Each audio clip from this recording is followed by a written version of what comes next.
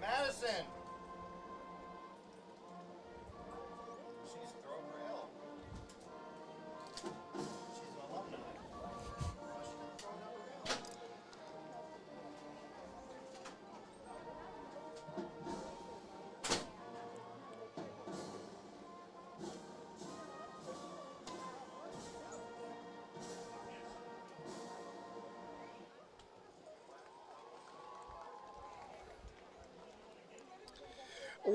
Welcome, everybody. Y'all just heard that. The school song just played. Hey, y'all, it's Joey Wilcoxon back here on Bullfrog Radio. Another night of Friday Night Lights. A little bit of a thin set of clouds off to our north, but don't think we're going to get anything from it. See some wind blowing in. You can see on the screen there, that little yellow flag. You can see what the wind's doing down there. I bet you're kind of wondering, why do we have that little yellow flag out there? Well, something special for y'all tonight is the ball's going to get dropped in tonight. So if you're not here, you got time to get here. The ball's going to be dropping in here in 10 minutes. So get to the field, get in your seat, watch it on the way in. I can hear the plane going around above us right now. Coming up here shortly, though, we have the coin toss going to come out. Tonight's face-off is the Bullfrogs versus the KHS Wildcats. We hadn't seen this one. We hadn't seen them for about 3 years. Last time we saw them was 3 years ago, as Bullfrogs and the Wildcats were lined up in the same district, and now we are back at it again this year. It's another week of district play here. I'm going to pull that up for y'all too. Luckily, I thank Lake Worth ISD for really plugging in a hard line up here and giving us some real good Wi-Fi signal up here. That way I can search stuff and look at everything and get all the feel goods and all the update news and everything else. If y'all are just tuning in, we appreciate y'all coming on as always. Again, this week I'll be running solo. Chris White will be back next week though, so thank goodness for that. And having a good time with his visiting his family and taking so much time needed. And God is good, y'all. God is good. So continue prayers for that guy and his family, but everything's going great, so we'll see him back here next week. Assisting me tonight is Mr. Charles. I keep getting it wrong. It's Cormier. Yeah, you got it right. Cormier. He's here, so we're going to have him muted a little bit tonight, but he's on the camera, so there's going to be some things he sees that I don't. He might chime in a little bit here and there, but Charles, we appreciate it. Charles, so do you go by Charles? Do you go by Chuck? Chuck, yeah. Chuck. There we go. A lot easier. There we go, Chuck. Yeah. Chuck, Charles. Every time somebody's name is Charles, I'm going to date myself a little bit, but I always think about Days of Our Life, Charles in charge. And I heard that the whole time I was growing up. Charles in charge. That's what it was, right? So we're pretty close in age. So that was something we definitely heard a lot. Yeah, for sure. It's a good time. So tonight you're going to get a chance to witness what everybody else is going to get a chance to witness, and you'll be on the camera over there. So hopefully you'll do a better job than what I did last year. But we have dropping in with the game ball will be Sergeant First Class Dana Bowman. I'm going to read some stuff here real quick to introduce that. I know that you might hear it in the background, too, with the overcoms. They're going to introduce it, too. But today's aero demonstration is truly a rare event to observe. From the earliest days of flight to the first step on the moon, man has relied extensively on a small deceleration device known as a parachute. Designed to save a pilot's life as he jumped from his disabled aircraft, parachuting has evolved from modern aviation technology to become the sport of the space age. Jumping requires the highest degree of professionalism and planning. To help us celebrate military appreciation, we have above us the finest skydiver in America, Sergeant First Class Dana Bowman, who has over 4,000 jumps. Thank you to Lake Worth ISD and the Lake Worth Athletic Booster Club for making this jump possible tonight. Today's performance is truly exceptional. Sergeant First Class Bowman will be jumping with a 2,000 square foot American flag, and Jared Hall, both of the Golden Knights, will be jumping with a 1,000 square foot American flag.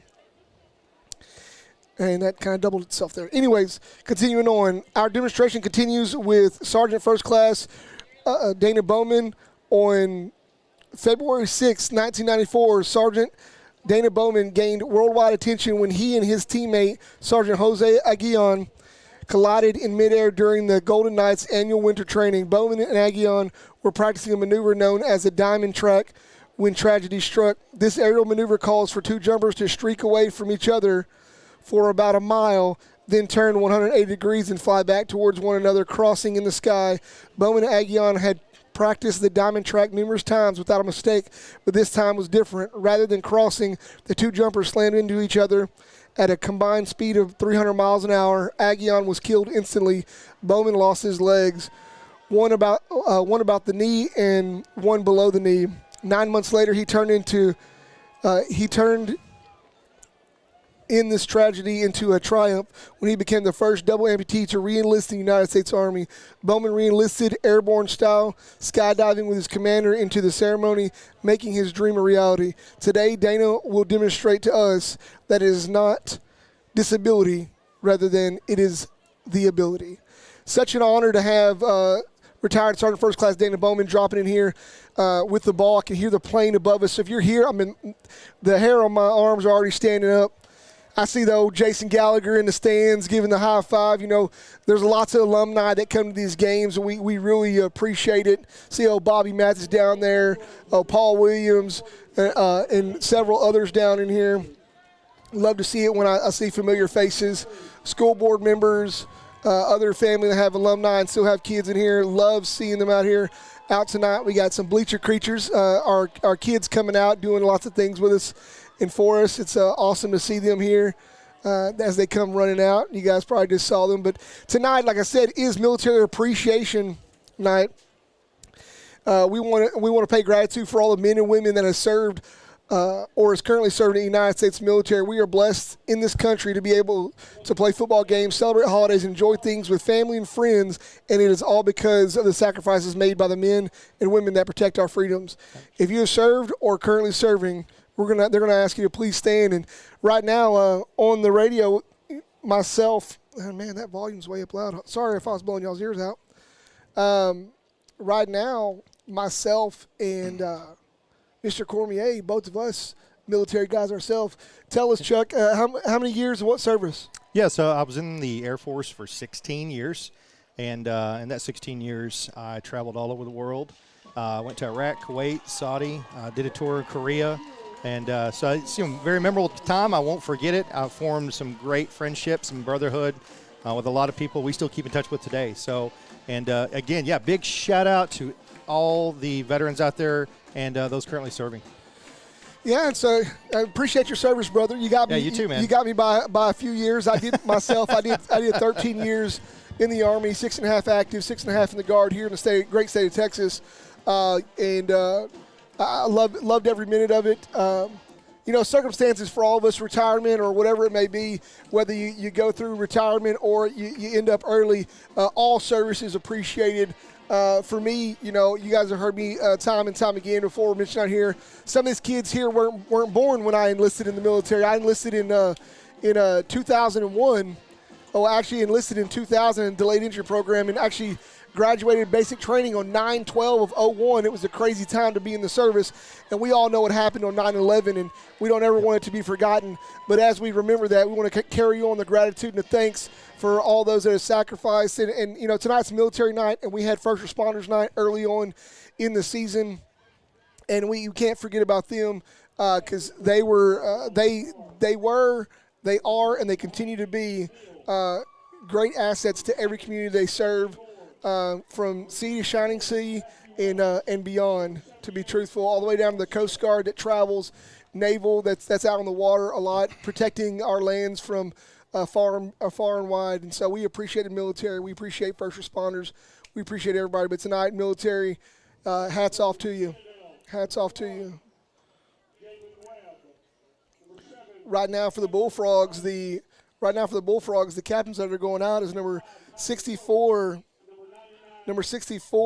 Matthew Welch, and number 7, Damian Moore, number 78, Hector Garcia, and number 2, Brian Neal for the Bullfrogs. Trying to see a crossover there for Kennedale. We have number 1, Jalen Webb. Trying to see over there. I can't see through them. They're all tight and huddle over there. We'll get them announced out too. They're doing the coin toss right now. We're going to see. This time we're a little more prepared. You know, every game is a little different. Some things get a little hectic before we get up here, so it's kind of a rush. Got a little more time today to see who got it. It looks like the Bullfrogs won the toss. They elected to defer to the second half. The other captains for Kennedale was number 88. Sorry. Let's see who we got here. Number 7, Cameron Salis. Number 99, Posa Uta. Number 5. And number 5, Tyler Choice for Kennedale Wildcats were the captains for today. And now they're going to announce in kind of the stuff I already read you guys about Sergeant First Class Dana Bowman. I tell you what, you know, much like you have a lot for a lot of military guys, a lot to say, a lot of honorable men that have served far and wide, and it's an honor just to be able to be a part of this tonight and to see this, and it's going to be great.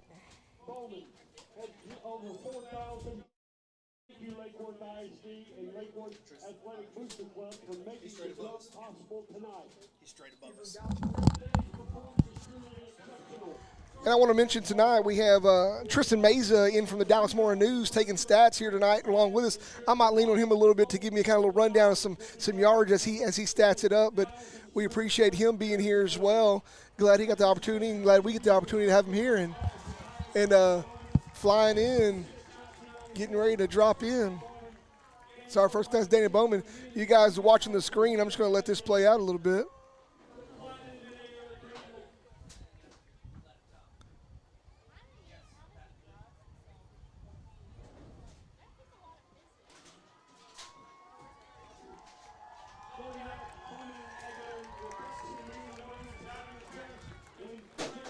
And I see him way up there. He's way up there.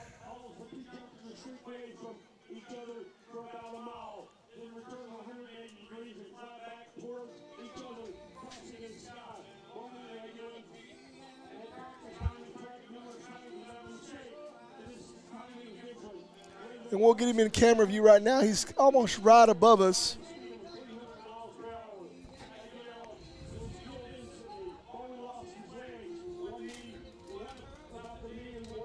Are you able to get him from there? We're going to get that camera. It's going to get a little shaky for a second, but we're going to make sure we get this a lot better than we did last year. That camera's just giving you a fit. It is. Here we go.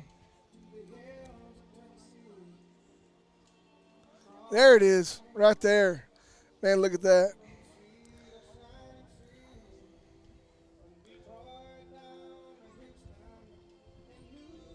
I just enjoy hearing this.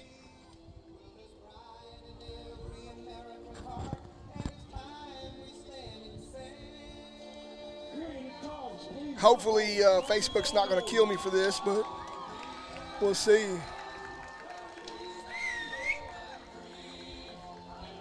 Both of them are carrying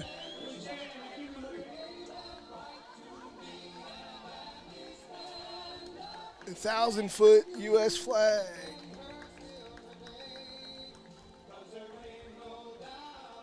Combined, each of them looks like about. Oh, it's awesome, man. Just gives me chills just thinking about it and seeing it all. At least I know I'm free.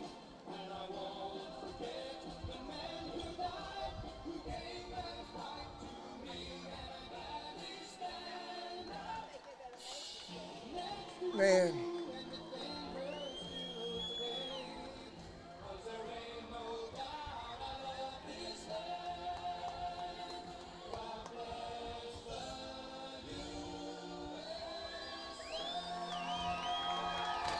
They're going to pull out and they're going to come right down to the field here. They're trying to adjust. You're good right there. You're good with what you had. Yeah, they're coming in right here.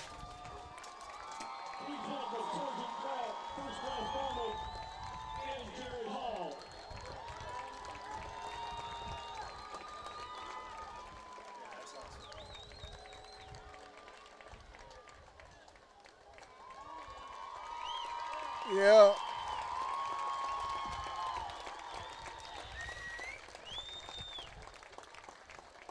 Man, that's awesome. That's awesome stuff right there. Now we can get in game position. You're good. You're good. You can go ahead and lift it all the way up and just come back down with it. Yeah. Man, that's awesome. Come in delivering the game ball. All the players go. This is the part of football that people want to talk a lot about the sport, but this right here, seeing the Bullfrogs and the Wildcats all come together out here. They're going to play the national anthem. Stand up for this one.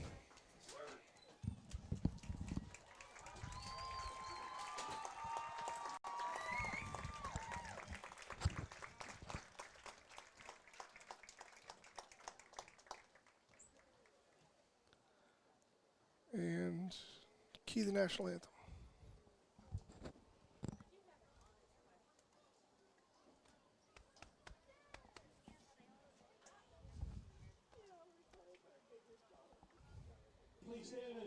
Here we go.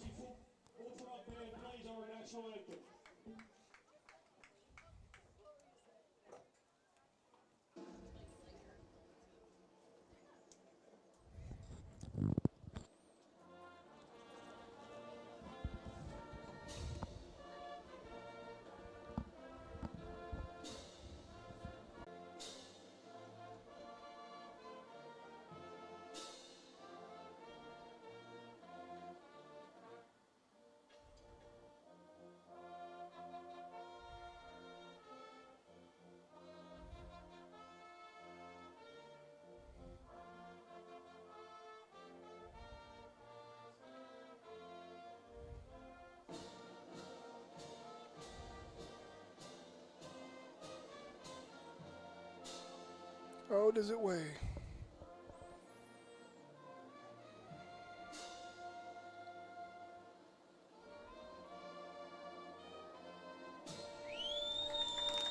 Woo-hoo! Time to get it rocking and rolling. If y'all are just tuning in to the broadcast here, tonight's broadcast is brought to you by Eagles Nest, located at 8455 Boat Club Road, Suite 100, right down the road from Lake Worth High School. Go down there and check them out. They have some great food down there, some great all-American good food down there. Y'all stop by for breakfast, stop by for lunch, stop by for dinner. Go watch a game on a Thursday night, Saturday night, Monday night, Sunday night. Sunday, go there and watch the game, go enjoy some food with the family, just enjoy it all. Eagles Nest is a place to be, and great spot to go get. And just like I said before, 8455 Boat Club Road, Suite 100, right here in Fort Worth, just up the road from Lake Worth High School. And also, broadcast brought to you by Stephen Barber Insurance, Home Auto Life Health, Renters, and Business Insurance. You go check out Stephen Barber and Company. He's got multiple locations. One that we have here displayed is 209 Belmont Street in Saginaw. But, hey, just better yet, you're here in Lake Worth, up right there by Great Clips here in Lake Worth. He's got another location right here, right by the high school, less than probably a few football fields away from the high school as the crow flies. Make sure you stop by there for all your insurance needs. State Farm, Stephen Barber Insurance Agency. All right, now, game on. Getting ready to get it rocked and rolled. Get ready to roll it all, and let's get this thing popping and locking and helmets smashing. I'm ready to see it. Ready to see it. So, Chuck, you got a chance, a couple games into the season, invited you up to the booth. Appreciate you all the stuff you want to help out with, volunteer here at Lake Worth. And thank you for coming out and being a part of the radio station. Help us out with the camera. Absolutely, man. I appreciate it. Thanks for the opportunity. I really do appreciate it, man. And it's been nice to get to learn, or meet the people around here that see, make all the things happen behind the scenes. And it's really nice to meet some great people. We recently moved to, I say recently, we moved to Lake Worth about 3 years ago. And so we started off on my son's on the freshman football team, and it's been great getting to get involved out here. And I highly recommend it. If there's any Lake Worth parents out there that aren't involved with the Booster Club, man, come see Joey and let's get you involved. It's a great group of people, and then love helping out where we can. Yeah, most definitely. And a lot of people know me around here just because being a graduate here from 2001, came back from active duty in 2008, started getting involved in the youth in 2010. Coach Welch and staff came here, and the previous Booster Club kind of had stepped down as a whole, and I kind of stepped up, and really it's just been me, guys, me and some of the coaches' wives on staff on the board, so we can have a Booster Club. We can really use all the help that we can get from you parents. Anybody that has young kids that are going to be coming up through the school district here, get involved. The Youth Association, they play here as well. Mm-hmm. They'll actually have games here all day tomorrow, starting at 1 o'clock, I believe, and they'll play their 4 divisions they have this year. Football players, cheerleaders, they actually they rent out and get a chance to come up here and use the concession stand and have their games too. So it's a whole family and community event that we're trying to really continue to grow here. Coach Welch and staff, and now with previously was Bobby Stoltz. That was the principal that retired last year, was an old alumni. So he finished up his career at his alma mater.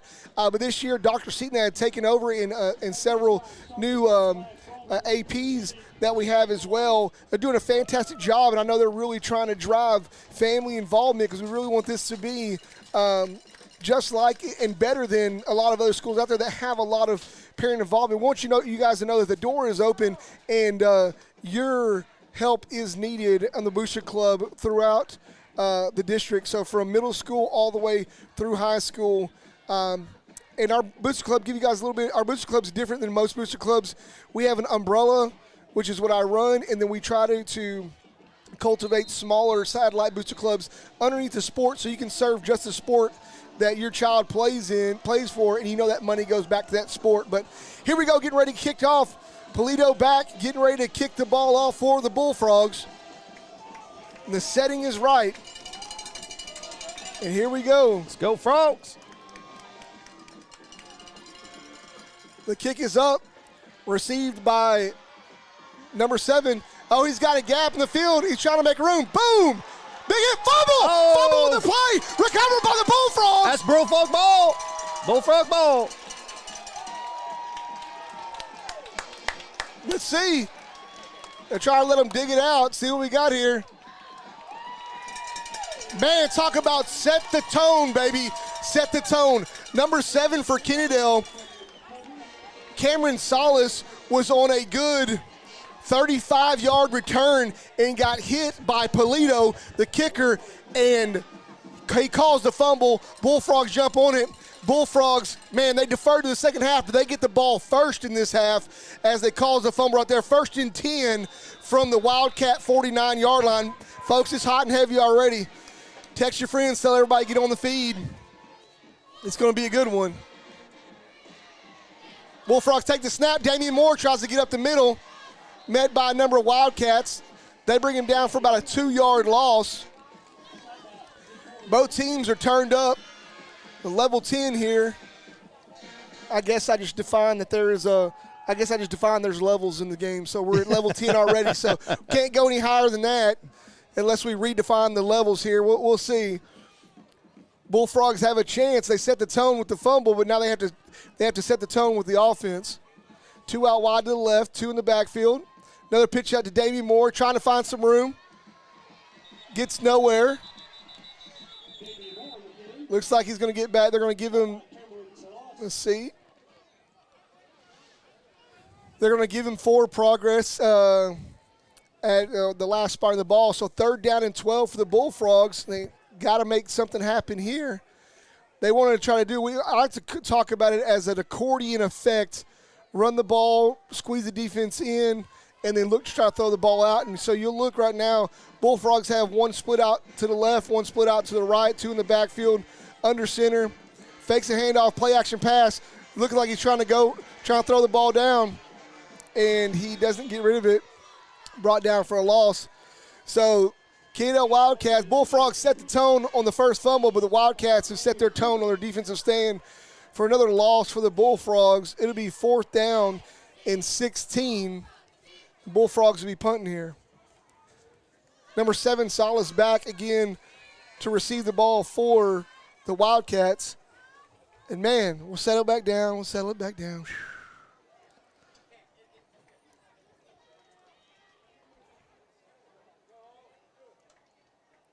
Here we go. Takes a snap. Punts the ball off. Good, nice, high spiral punt. Looks like it's going to go out of bounds. Let's see where he's going to mark it at. He's going to mark the ball down at the 28-yard line.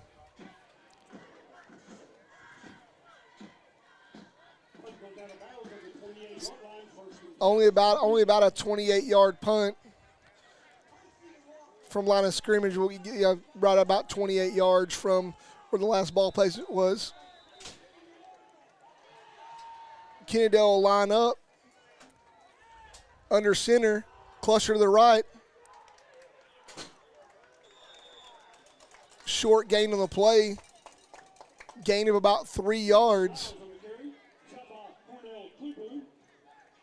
And it looked like on the carry, couldn't see the number that was on that carry. I think it was number 2. Number 2, yep. Cameron Lyles. That's who it was. Lyles running back there. Kennedale has run the same football for the last umpteen years, and so they run this wing right, wing left, but now they come out something different. 2 split out to the left, 1 to the right. Quick set to the line. Little dive down the middle. Oh, fumble on the play again! Picked up by the Bullfrogs. And the Bullfrogs defense answers it and tries to reset the tone. Is this going to be a defensive game? Right now, the tone says yes. Absolutely. Hey, that was amazing, Joey. Yeah, that was a great play. I mean, for the Bullfrogs, they have 2 monsters at defensive ends. You have Brian Neal and Hornell Klubu capping off bookends for the defense for the Bullfrogs. But that right there was a team effort. Coming up from the linebacker spot was Marcus Bryan. Here we go, Bullfrogs. 2 split out to the right, 2 in the backfield. Under center. Handoff underneath. He's got a little room. That is Choo-Choo Meza on the carry. Number 6 for the Bullfrogs. Decent gain on the play, a gain of a 5. It'll bring up 2nd down and 5 for the Bullfrogs. You feel free to jump in there if you want. You see something you want to jump in. I'm normally the guy that's sitting in your spot calling the color, and so I'm a little bit animated. 2 out to both sides of the Bullfrogs. Delayed handoff to Damian Moore in the inside. Looks like they're going to give him a gain of about 1 on the play.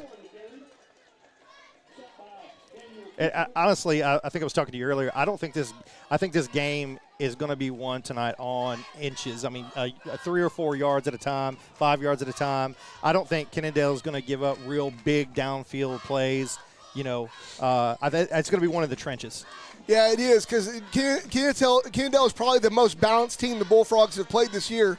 Bullfrogs line up, 2 out to the right, 1 out to the left. Moore in motion. Reese takes a snap. Quarterback keeper up the middle, tries to get somewhere, but they brought a blitz. So Reese for a 2-yard loss. It'll bring up looks like 4th down and 6 for the Bullfrogs. They bring in Polito with the wind at his back. Coming in for the field goal. We'll see if the Bullfrogs can be the first to get on the scoreboard.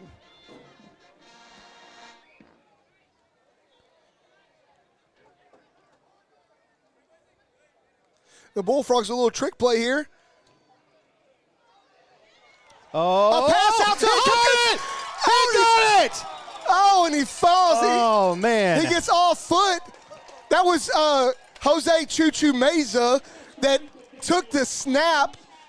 The Bullfrogs little trick play to Damian Hopkins, number 3, and it looks like he's going to end up pulling out about a 14-yard gain, and the Bullfrogs are now still alive inside the 10 from the 8. 3 line up out to the right-hand side. Reese in the back of the shotgun. Damian Moore to his side. Reese bobbles the ball, looking for a man to throw it to. Tries to throw the ball. They're going to say it was incomplete. They're going to say it's incomplete. And so Therefore, it's going to go back to the line of scrimmage. It'll be 2nd down and goal to go for the Bullfrogs. Hey, Zachary Bedford, I see you out there, buddy. I'm glad you're tuning in. Anybody else that's tuning in, you guys tune in on the chat. We'd love to hear from you. I try to keep it on my phone right now. This game, though, has got my blood pressure up. I'm on edge. Luckily, I got a good seat. My shoulders are tense. Bullfrogs line up with a bundle to the left. Reese pitches back. Some more, a throw pass. Oh, touchdown! Bullfrogs, more to number 27, Charles Lawrence Williams Jr., and it's a touchdown for the Bullfrogs. The Bullfrogs pulling out the stops early on. Bullfrogs, they take advantage early. And I like what you said, or Joey, you said setting the tone early, right? That's what they're doing. You know, fast pace, going for the gut, just getting that in there, and that's what we need. Yes, the Bullfrogs have no room against the Kennedale Wildcats to slack off on anything. And the kick goes up, and the kick is good. Bullfrogs on the board first, 7-0. If you are not at this game or tuned in, you are missing out, because I tell you what, the Bullfrogs had to pull the stops out for the fake punt pass to Hopkins, and then the pitch back to Damian Moore with a throw to Charles Lawrence Williams Jr. for the touchdown. Man, yeah. Already, I got to catch my breath a little bit. Trick plays aplenty already. Trick plays aplenty already. And they weren't like, to me, the fake punt and the pitch pass, not real extraordinary trick plays, but something that's going to throw them off, because you haven't seen the Bullfrogs do this. Now, like every team, I'll tell you this. I know the Bullfrogs, I know them well. There's lots of things they practice that they don't ever reveal if they don't have to, and you haven't seen that. You have not seen either one of those plays in the last 5 years that Tracy Welch and company have been here, so nobody has film on that, so you have no way to gauge that. So that's going to definitely the Wildcat defense were on their toes that whole first 2 sets. They had 2 series of defense. They were on their toes, but plays like those will start to put you flat on your feet to have to kind of sit in and try to pay attention to what's going on and not be too aggressive. So Bullfrogs are trying to slow them down a little bit. Polito here to kick the ball off. He pooches the ball up. Fair catch caught at the 30-yard line by number 20 of the Wildcats. That'll be Aiden Houston for the Wildcats with the fair catch on the 30-yard line. Yeah, I mean, if you're Kennedale, I mean, Lake Worth's been pretty dominant on the ground game this season so far. Right, so if you're Kennedale and you're watching film on these guys, I mean, obviously this is what you're going to be prepared for, expecting, and them throwing out some trick plays like that's definitely going to, open things up a little bit for them. So I'm glad to see that. Oh yeah, and the Wildcat defense, they bring. Here we go, Wildcat offense hurries up to the line, double slot, pitch back to the left-hand side. He gets past one runner. He gets tackled down. There's a flag on the field, a little mustard on the lettuce. And they're saying it's on the defense.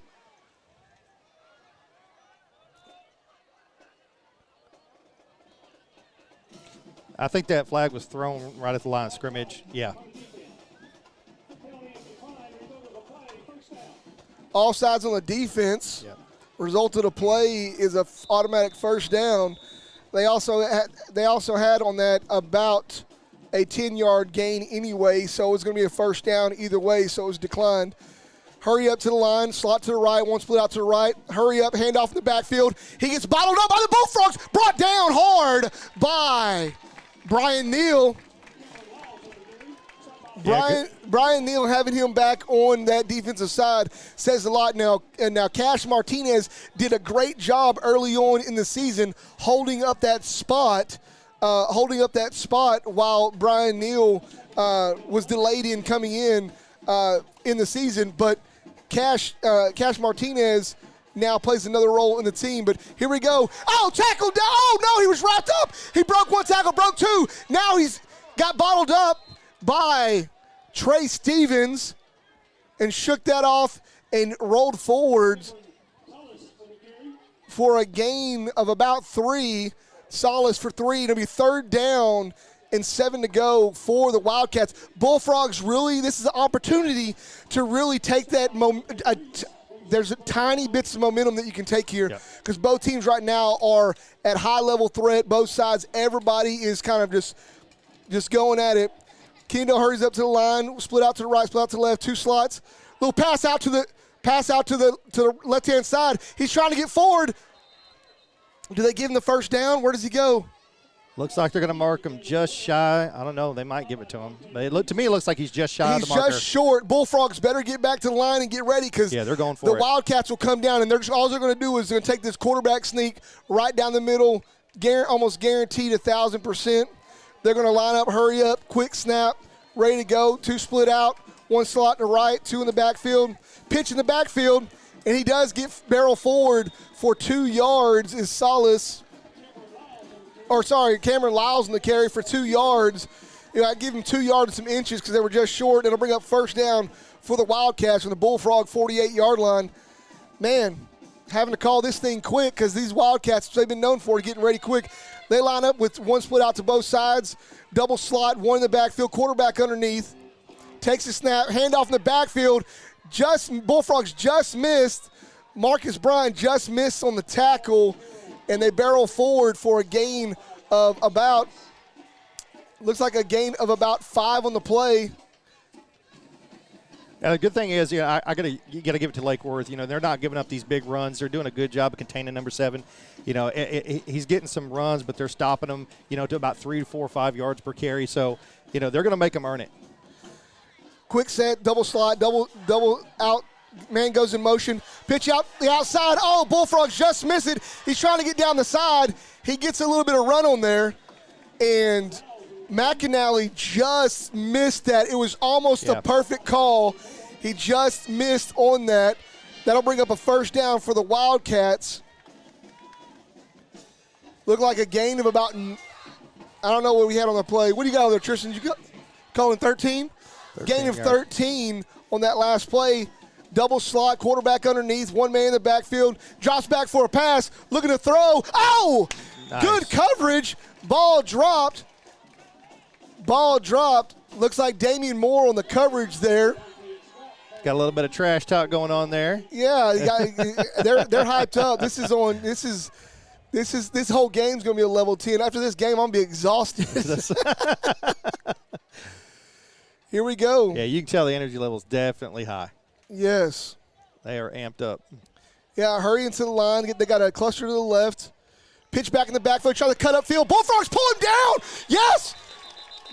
Great job by number 77 of the Bullfrogs. That is Josh Espinoza. Grabs a hold of Lyles and holds him up. It looks like they're going to give him. It looks like it's going to be a 1 yard loss in the play, bring up 3rd down and 11. Again, the Bullfrogs have an opportunity here to stand tall and really take that. I take that stand tall from Chris White, buddy. We miss you if you're listening in. We miss you, buddy. Hurry up to the line, double slot, 2 out wide, quarterback underneath, drops back for the pass, passing out to the left-hand side. Oh, and Cornell Abington there breaks it up. It's going to bring up 4th down. That was amazing coverage. Great job. I mean, this is the thing about Cornell Abington. We haven't seen anybody go at him here the last game or two, but he had one game where they went at him repetitively, and they got another team had gotten a couple of touchdowns on him.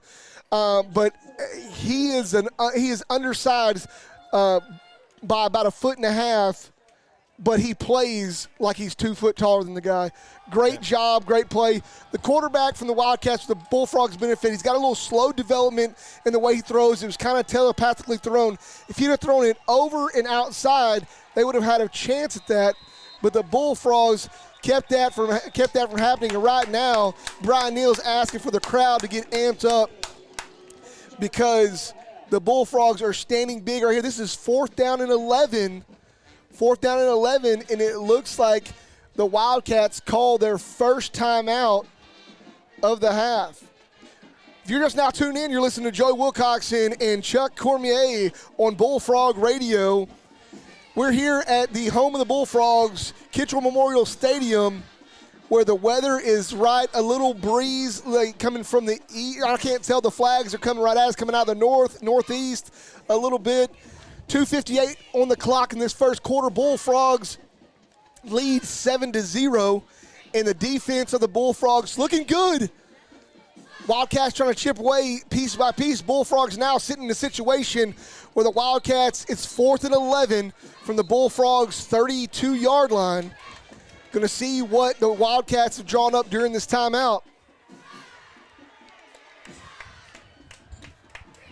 You know, I'm to be honest, I'm really shocked that they're going for it because, you know, I think maybe they're trying to draw them off sides with a hard count or something, but you still would be short with the penalty. So I don't know what they're going for. They're going for it. They're going for a reverse here. Yep.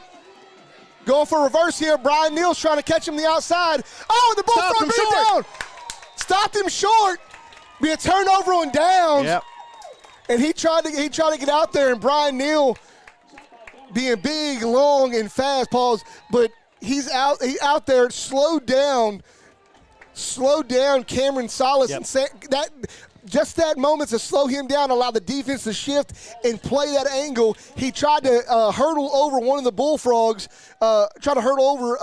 Cornell Avington, and while he was in the air, it looks like Marcus Bryan came and slid down and took him out of the air. Bullfrogs line up 2 out to the left, trying to hand off in the backfield, get Moore started. He goes in the middle and does a spin move. Great move by Damian Moore. It's going to be a gain of about 7 on the play. It'll be second down. We're going to call it 6 on the play. It'll be second down and 4 to go for the Bullfrogs. This is the Bullfrogs right now. This game right here is like fantasy football. You get a player who does good. Now you're going to win by 57%. Now you're going to win by 4. This is like a percentage right here. Bullfrogs 2 split out to the left.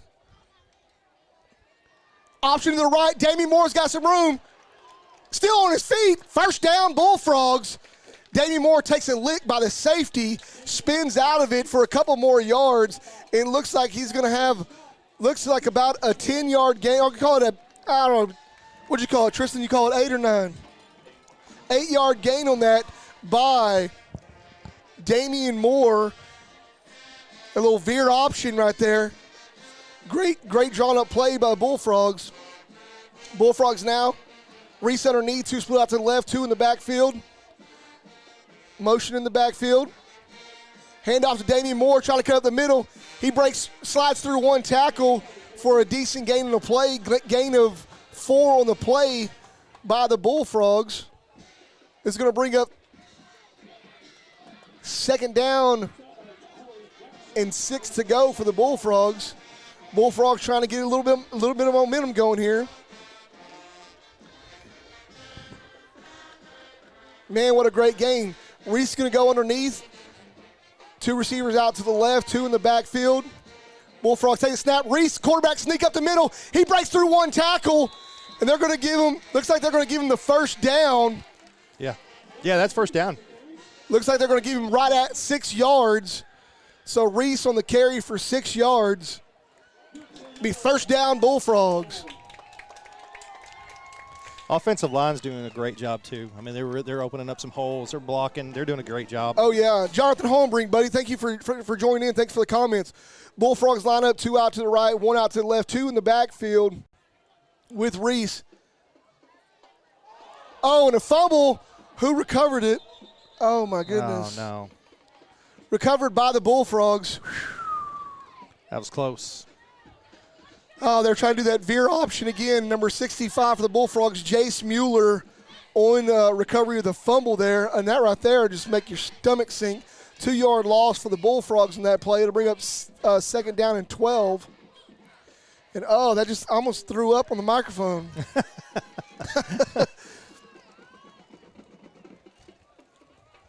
Here we go. Bullfrogs line up, 2 out to the left, 2 out to the right. Reese in the shotgun. Moore in the backfield with him. Moore goes in motion to the right. Pass out to Moore. Moore breaks the tackle. They're going to give him forward progress on the play. A great effort there, though. I mean, he caught the ball, brought it down, and he stayed on his feet for as long as he could. They're going to give him a yard on that play. Kennedale got a personal foul. So looks like Lake Worth's got a first down. What they call a face mask or? Yeah, all I caught was personal foul. Personal foul. So that's a 15-yarder and a automatic first down. Bullfrogs, you take it where you can in the game of inches, I tell you. So that moves the Bullfrogs all the way up to the Kennedale 36-yard line. The Bullfrogs on a march here.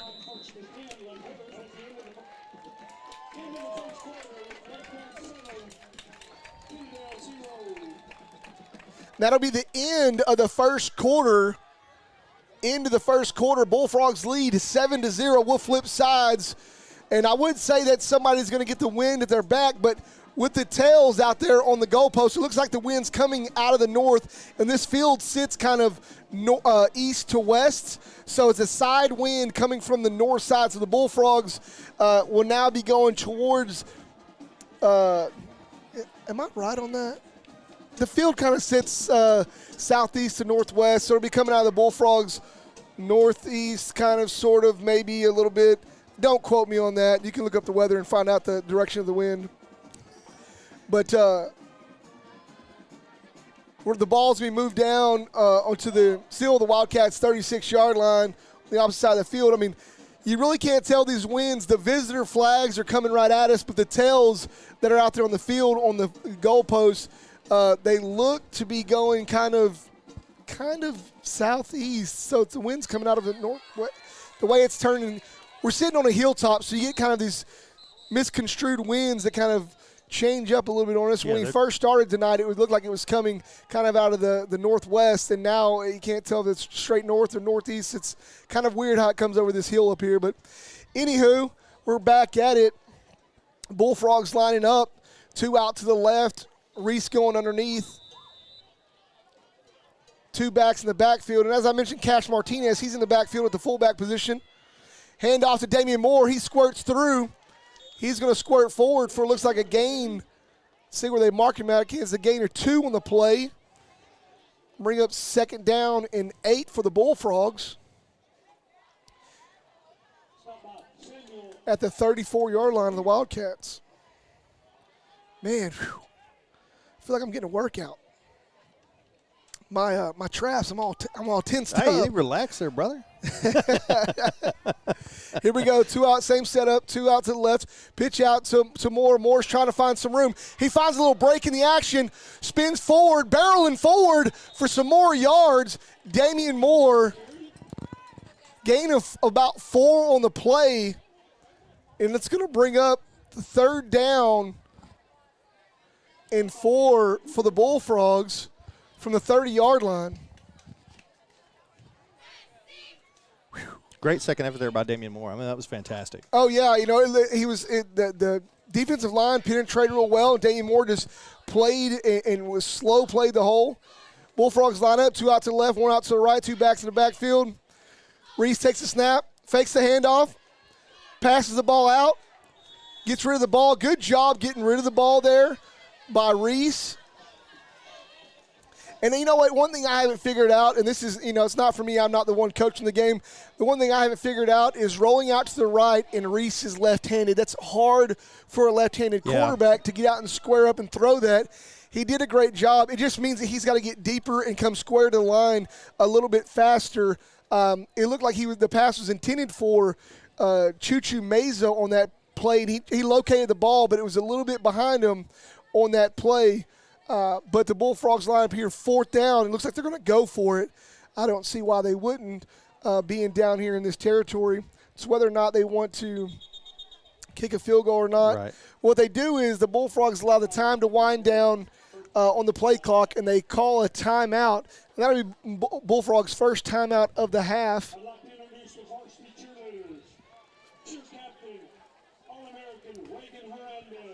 Hey, Chris McMullen, brother. Hey, thank you. Longtime anniversary follower. Thank you so much for tuning in. Thanks for the comments, man. I appreciate it. Man, I tell you what, this has been a game so far. I don't know if you tuned in right from the get-go, but the Bullfrogs deferred, won the toss, deferred to the second half. The opening kickoff, their guy that received it had a 35-yard return and got hit by Polito, the kicker. He knocks it for a fumble. Bullfrogs get the ball. Bullfrogs get stalled out. The Bullfrogs get stalled out. They punt the ball. They punt the ball, and then the ball comes, and then Kennedale tries to get somewhere with it. They get nowhere. The Bullfrogs calls another fumble.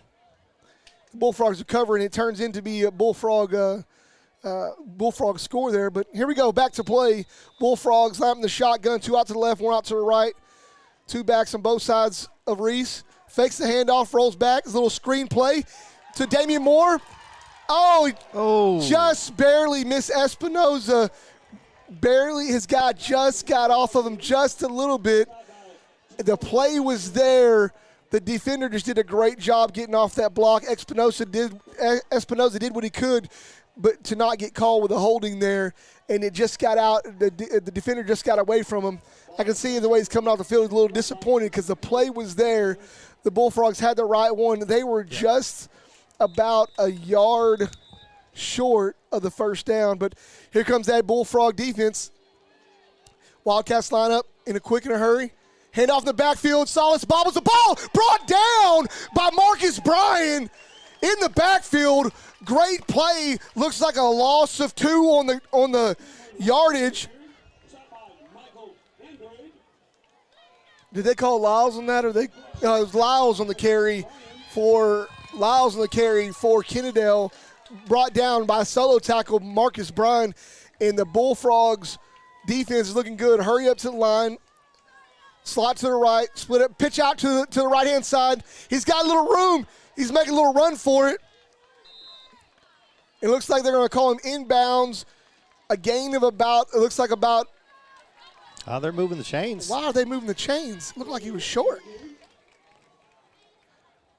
Yeah, don't move the chains. They're readjusting the chains. He was about a yard short. It looked like a gain of about 11, so that would give him about a yard short.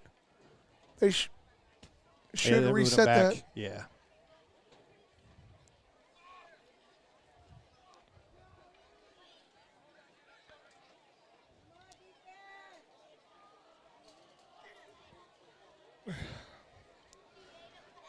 Where are they at? Come on. Looks like 3rd and 1.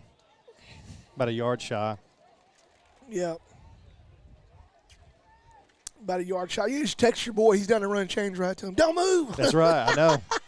What are you doing? Little Cormier's down there. Dad's going to get you after this one, boy.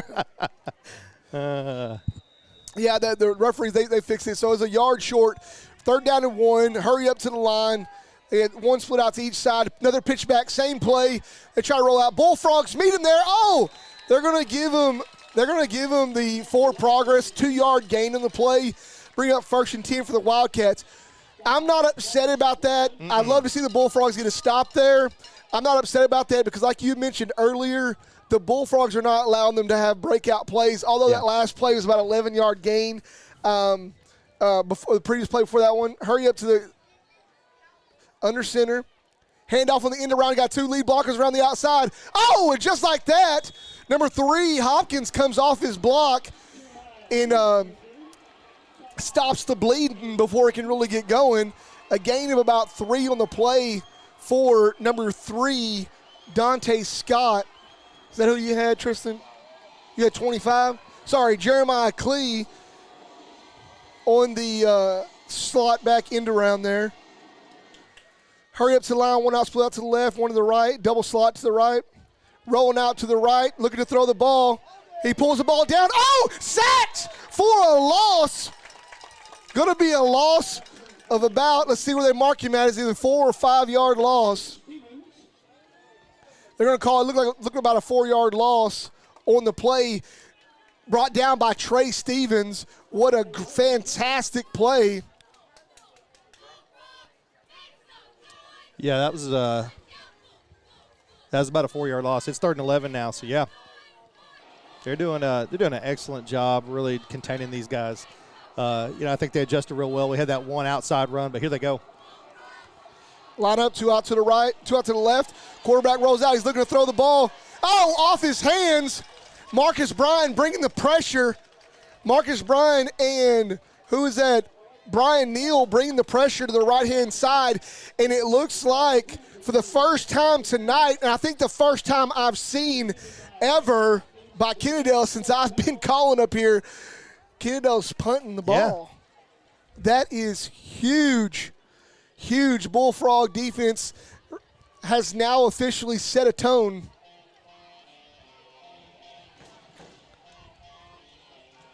And here we go. Back for the Bullfrogs is Damian Moore. Kennedale punts the ball. Damian Moore catches it. Looking to try to find some room. Still on his feet. Finally gets brought down. Little scuffle on the field, but the referee's got a hold of it. See where they're going to give him the forward progress at. Looks like they're giving forward progress. It looked like about a 7 or 9 yard return. Roughly right about there. Looks like they got him at the 47. Yeah, 47-yard line. Bullfrogs to start off this play. 2 out to the right. Reese in the shotgun. 2 backs in the backfield, flanking him left and right. Referee blows a whistle in the play. Snap. Pitch out to left-hand side to Damian Moore. Spin moves. And he's going to get a gain. It looks like about 1 on the play. See where they mark him at. They're going to give him 1 on that play. Bullfrogs really, I tell you what, we talk about it before, the risk of what the option game is. And in a fast-playing defense like Kennedale is, it's a huge risk, and the Bullfrogs are willing to risk it, and they've done it multiple times. Here we go. Bullfrogs, Reese underneath, 2 out to the right. Cash Martinez at fullback. Ball fumbled. Recovered by Reese. Looks like he pulled out from underneath the center pretty quick. And they're going to call that a loss. 4-yard loss on the play for the Bullfrogs. Yeah, you can definitely tell they got a little bit of a rush there. Yeah, they were coming pretty quick on that one. Reese kind of just came out underneath and didn't really pull the ball out, but Bullfrogs are reset and try to gain something back here. Trips out to the right, single out to the left. Moore in the backfield. Reese in the shotgun. Takes the snap. And they had that read like a storybook. Pass incomplete. It was meant to be a screenplay to Moore. And they read that. It's going to bring up 4th down for the Bullfrogs. So the Bullfrogs quick on a 3 and out. So that Kennedale defense is battling back. I tell you what, it's going to be a battle of the defenses here. And as we sit, Bullfrogs leading 7-0, 6:54 left to go in the first half of play. Bullfrogs line up to punt the ball. Takes a snap. Good punt by Polito. The ball's going to hit and take a Bullfrog roll. Oh, what a great roll by Polito. Goes out on the 15-yard line. Great job. It's going to roll from the place where he punted it. That's going to give him a 50-yarder. But from the line of scrimmage, going to call that roughly about 40 yards, 38-yard punt from the line of scrimmage. Great job, Bullfrogs. That's where you want to put them at. You want to put them deep if you can. And with this crazy wind here, kind of knocking it down and around, a great Bullfrog roll on that. Here we go. Kennedale lines out, receivers out left and right. 2 backs in the backfield, slot to the left, to the right. Oh, and just like that, running back had some room to run, but he fell. Looked like that was Lyles on the carry. They're going to give him, looks like about 3 yards on the play. Call it 4 yards. They're going to give him 4 yards on the play. Bring up 2nd down and 6 for the Wildcats. Chris McMullen, Polito is Nito. There you go. Here we go. Pitch back in the backfield. Oh, tackled down. He got a little bit of a gain there. Marcus Bryan on the tackle. Lyles on the carry.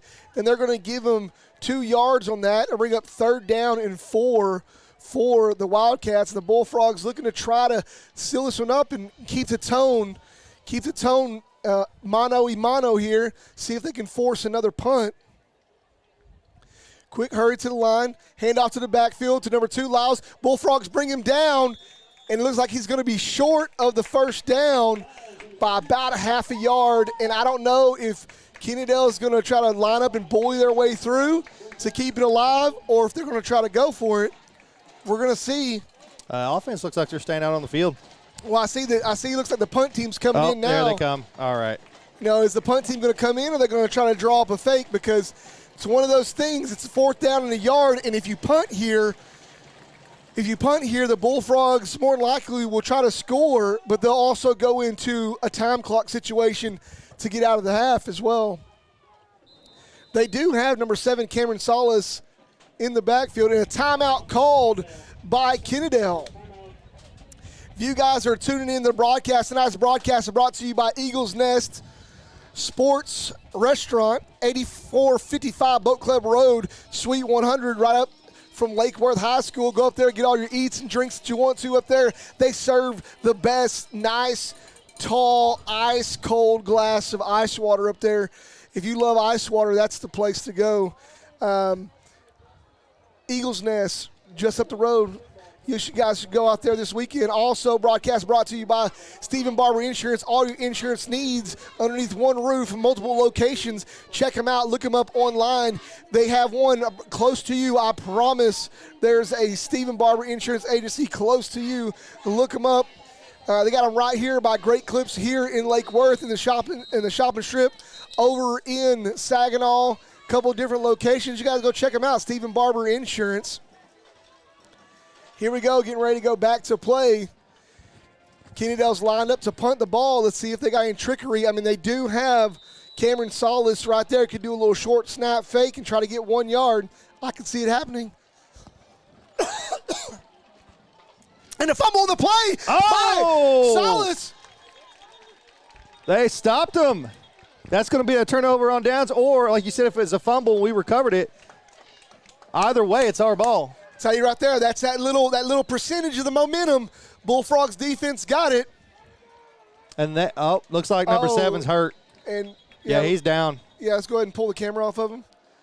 Yeah, we try not to mention anything about on the radio about anything. You guys heard that, just a little slip up, but that is not a good look right now for that young man. Oh. Man, it's tough. You just hear like it gets quiet. It gets quiet in high school sports when stuff like this happens. Somebody should definitely notify the band down there to stop playing. But anyways, these are quiet moments in football just because there's a lot of kids that play ball for different reasons. Some of them it's because they love the game. Some of them is to be a part of a team. Some of them they're looking to go that next level, and that next level for them could be the start of a new legacy for their family, or breaking into college ball and being the first one of their family. And I have 2 right now playing college ball. Devin Session graduated in 17, playing college basketball still to the COVID year, still has eligibility and is playing down in Louisiana. We're fortunate for that. He went through some injuries himself, and took him a long time to bounce back from those, and is now in a good spot. And Junior Session, that's playing up in Bethany, Kansas. Those are 2 young men that are really trying to set a path out, not only for our family but for their own legacies. And we hate to see anybody get injured in any sport. And he's up on his feet, and it looks like they're carrying him off the field. It's tough. It's tough. Yeah. Used to back in the day, smash mouth football is like, oh, blow them up, put them out of the game. It's just, I have a different view on it. When I was strapped up and I had the helmet on, it was kind of play with that dog mentality, and strongest dog, biggest dog that can put the other dog out the field is what you wanted to do. And nowadays, I really have just enjoyed and love seeing kids grow in the sport, and we hate to see anybody get injured. So prayers out to that young man, and hopefully he'll return this game. Bullfrogs hurry up to the line. Little fake handoff, Cornell Avington out to the left-hand side underneath. Bullfrogs do a little misdirection, and Cornell Avington, quick, fast feet that he has, gets out quick. It looks like they're going to give him a gain of about 4 on the play. It's going to bring up 2nd down and 6 for the Bullfrogs. So we're back to play here. Sorry for the doom and gloom with the injury just happened, but we're back to excitement now. My shoulders are back to being tense. Bullfrogs line up now. Reese underneath, 2 out to the right. Martinez in the fullback position in the backfield. Damian Moore lined up deep. Reese hands the ball off.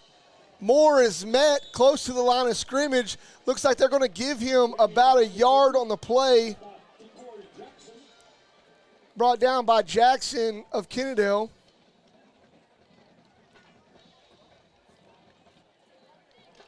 Yeah, Chris, there ain't no, I mean, this is like almost like I'm on the field right now. I'm so tense, it's crazy. I'm gonna have to call my my guy. I have a buddy of mine that does Alpha Biotics, which is before chiropractic. Alpha Biotics was there, and that's why I need to go get stretched out and get aligned. Bullfrogs line out, 1 out to the left, 1 to the right. Moore in the backfield. Pass outside. Looks like pass is incomplete. Pass was intended for number 22 for the Bullfrogs. Katavion Owens, and it looks like there was just a misread on the route there because the area of the field was open. Yeah. But it looks like it's going to bring up 4th down for the Bullfrogs, and Polito's going to try to lengthen the score. I can't tell you he's got the wind at his back. It's more like at his side. I really can't, just kind of wind's whirling a little bit. Bullfrogs to kick the field goal here. The ball is up, and it's good. Polito kicks 20 yards out.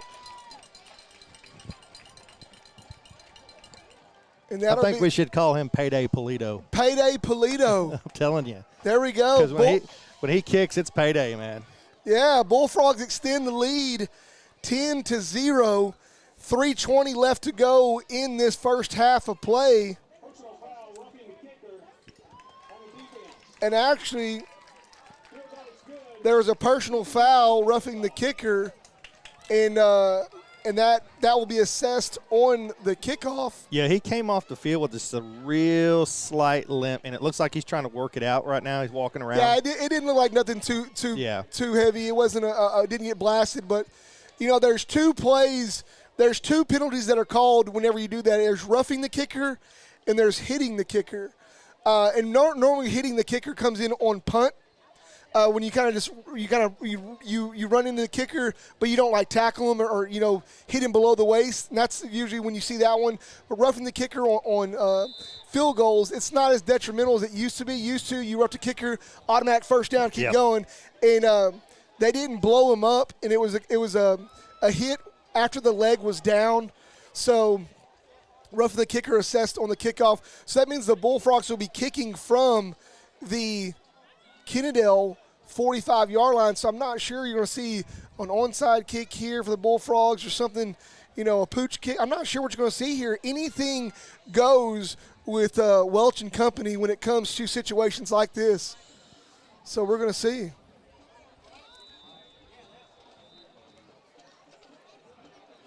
The Bullfrogs are lined up in regular kick formation. Yeah, Chris, Polito's missed a couple or few, but not very many. And Polito's going to kick to the end zone and go ahead and kick it out. They're going to call it a touchback. It'll come out to the 25-yard line. Bullfrogs not taking any chances here. A lot of people wonder why. I wonder why, too, why you don't try to capitalize on that.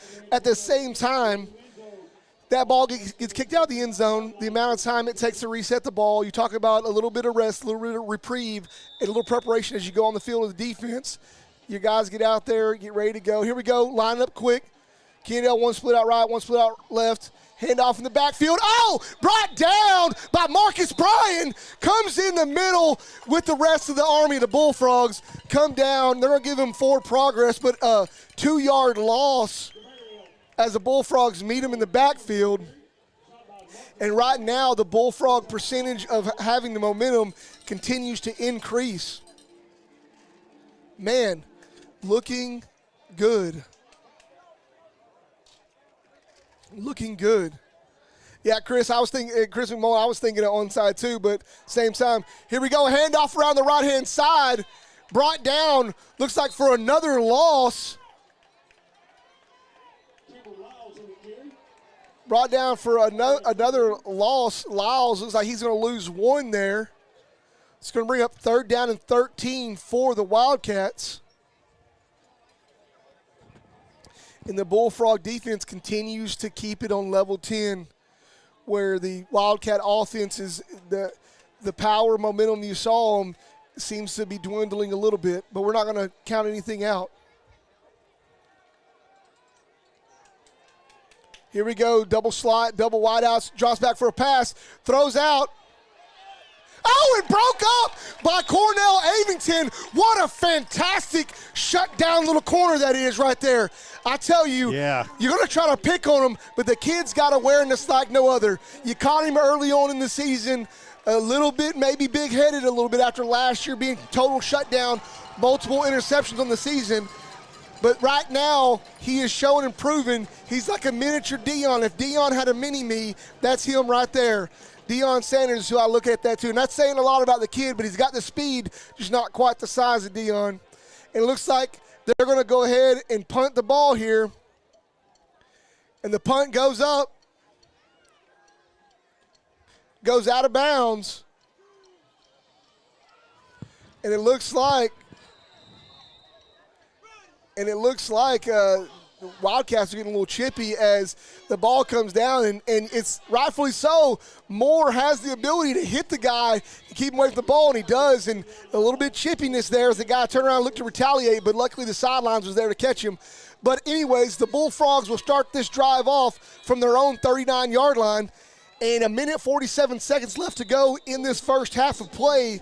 But look, I'm telling you right now, Kennedale is a team that doesn't quit. This thing is far, far from over. Hey, Richard Nilsson, yeah, Bullfrogs are up 10-0. 1:47 left to go in the half. Bullfrogs have the ball, 2 split out to the right. Reese under center, Martinez in the fullback position. Handoff to Moore in the backfield. Going to be brought down for a loss. They're going to bring him down for about a 2-yard loss. Going to bring up 2nd down for the Bullfrogs. And I tell you, when I talk about clock management and clock play, you're going to watch it come into effect here. Bullfrogs got a 2-score lead on the Wildcats. So you're going to watch clock management in effect right now as the Bullfrogs will let this play clock wind down pretty close before they call it and continue to work this clock. What reason do you have? I mean, you want to score, but at the same time, here we go back to play. 2 to the right, Reese underneath, pitch out to Moore. Moore looking to try to cut upfield, try to reverse the field. He finds a little bit of a seam in the brokenness of the play, gets back to that line of scrimmage. No gain on the play. And it's getting a little bit chippy. Yeah, little extracurricular activity down there. Yeah, it's getting a little chippy. We're not even through the first half.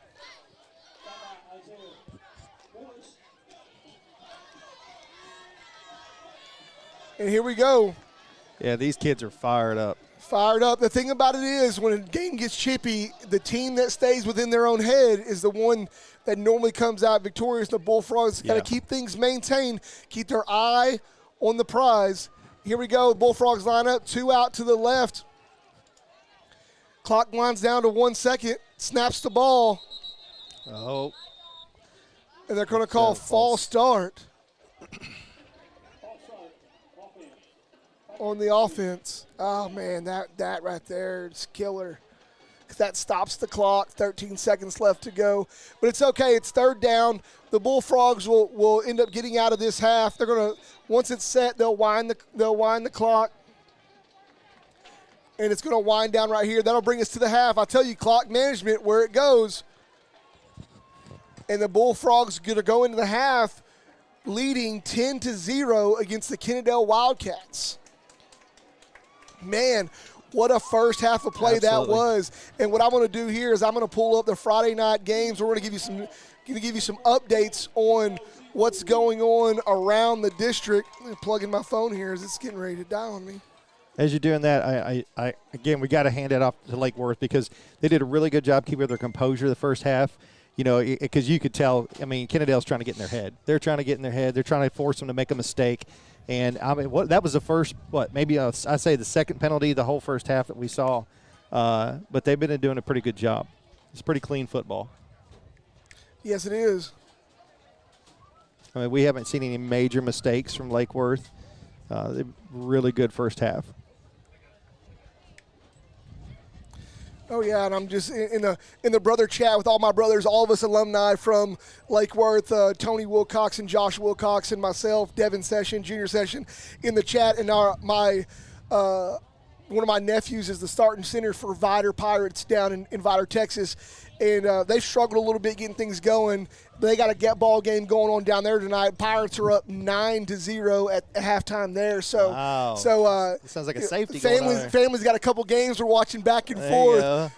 See how things are going, and so it's good. But going into the half, we're kind of looking here. Western Hill and Eastern Hills. So the Bullfrogs had the battle of the C's, right? Like all the first of the season, all these teams with C's, and then we have Kennedale now, and then after Kennedale, we're getting ready to go into the battle of the hills. Eastern Hills, Western Hills, Diamond Hill. Those are the games that the Bullfrogs will have left. And right now, Western Hills, that game was already played. That game was already played and is over. I think they played last night. The final score was 30-28, Western Hills and Eastern Hills. Western Hills took the victory there. Close game. A close game there, yeah. Of course, us 10-0 right now, the Bullfrog game. Carter, Riverside, and Dunbar right now. They're playing right now, but there's no score updates or anything in that game. So nobody's chiming in. I'm looking at Dave Campbell's Texas High School Football Friday app. If you're on there or you guys want to tune in, that'd be great. Update those scores if you can. Let's see a couple other teams around here. What you got here? Man, trying to see what we have going here. Man, a couple local games that are going there that are just going on. Right now, this is a game to look at. Diamond Hill, Jarvis, and Castleberry started the second quarter 0-0. Nobody scored in the first quarter of that game. That's a good one there. So you have the opponents in Lake Worth. We don't have a whole lot of updates on. I thought I would on here. If anybody's got any updates that you're seeing around the Metroplex, around the Lake Worth district, go ahead and shout out those scores on the live feed. We'd appreciate it. Right now, I'm going to take a little bit of a tense relaxation for about the next 20 minutes or so. We're going to leave the camera on the middle of the field and a little bit of the microphone open so you guys can hear that. Hopefully you guys don't hear us too much in the background. We're going to take a little break, stretch our legs, and we'll be back with you guys here in about 20 minutes. Bullfrogs lead 10-0 at halftime over the Wildcats. You're going to want to tune in for this second half. We'll see you guys back here in about 20 minutes.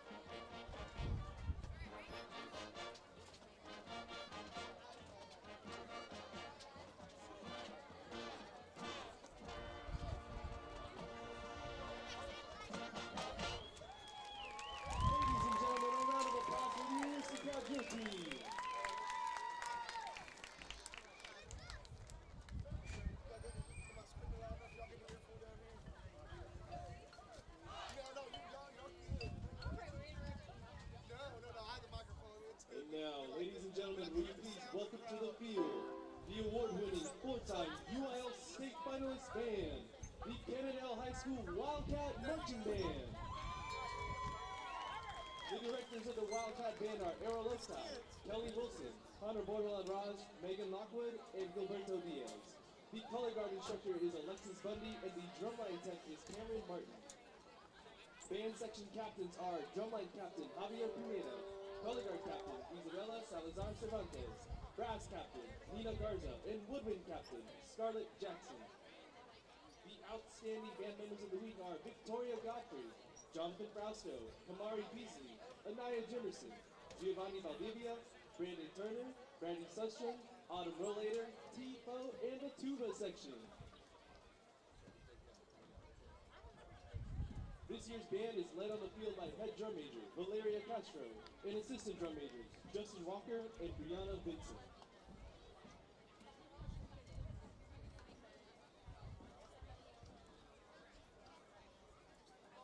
Tonight, the Wildcat Band will present their 2022 competition show entitled Beauty is Within.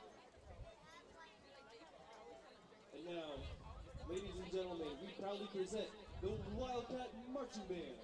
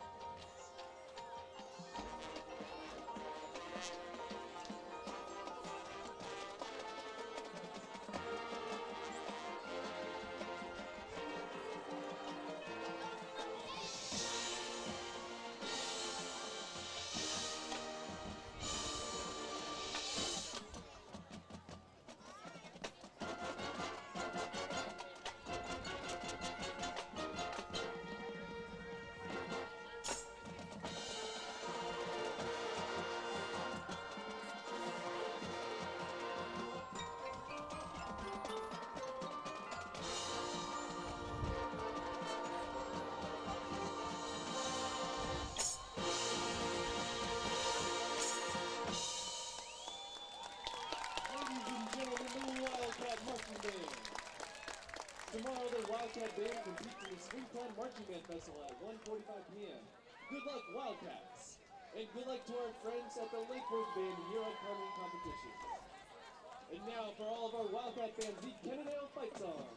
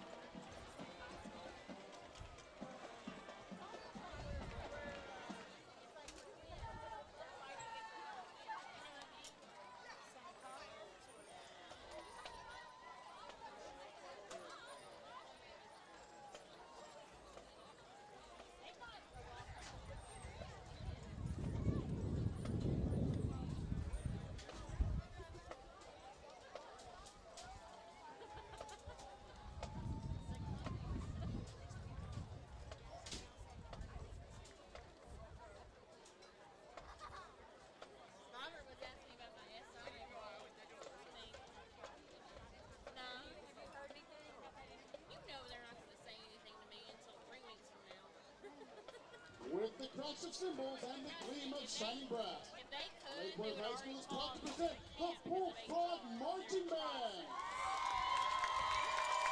Leading the band on the field tonight are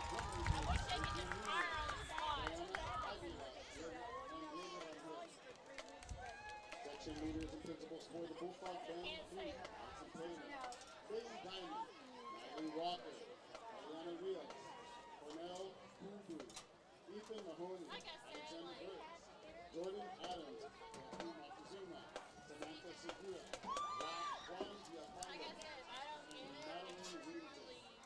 Managers for the Bullfrog Band include Caitlin Gore, Bertie Jimenez, Elena Flora, Allison Haynes, Andrew Burns, Casey Adams, Andrew Rusker, Brian Espinoza, Sierra Castillo, and Xavier Diaz.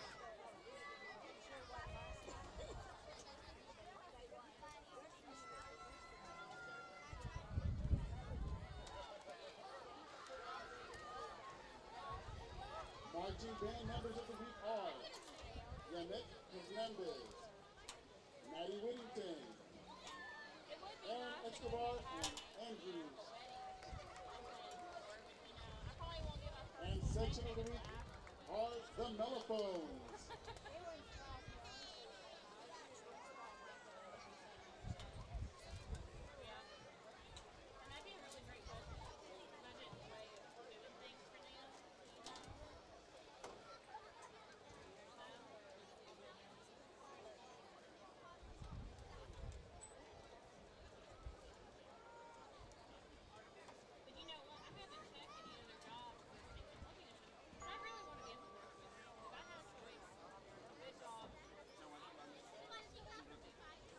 Tonight, the Bullfrog Band would like to present their 2022 marching band production, Machines by Jeff Chambers. Drum majors, you may take the field for your halftime performance. And it's pretty open, but it's not as open as Northwest. Northwest, you can tell you're on the outskirts of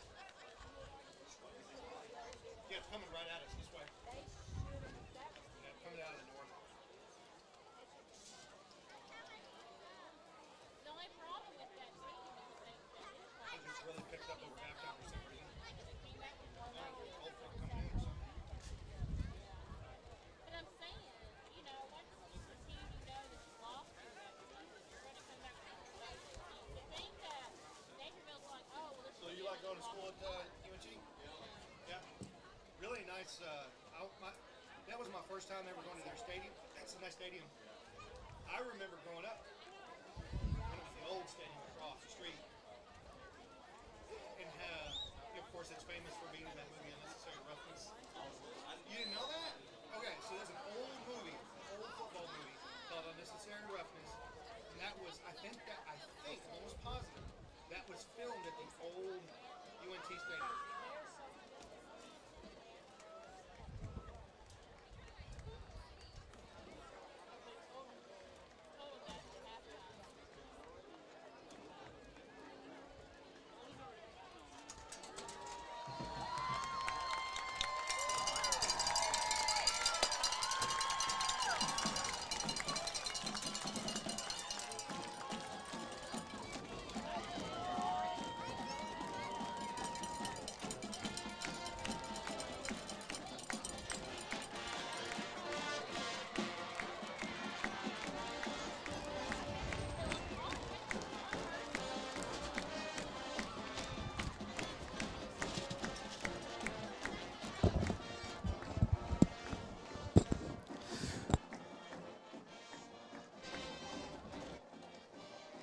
Well, I may or may not have taken a little bit too long of a break there, but hey, I got a chance to visit with a lifelong childhood best friend, Robert Hernandez, better known as Bubba around here.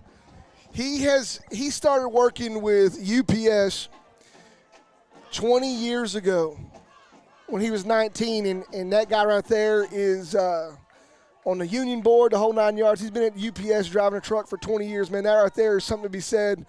Those of y'all that are out there wanting a new job, go drive a UPS. There's some things you got to go through, but hey, it can be a lifelong career. He showed it. Anyways, we're getting back to it. I just enjoyed that conversation. I thought I'd let you guys know.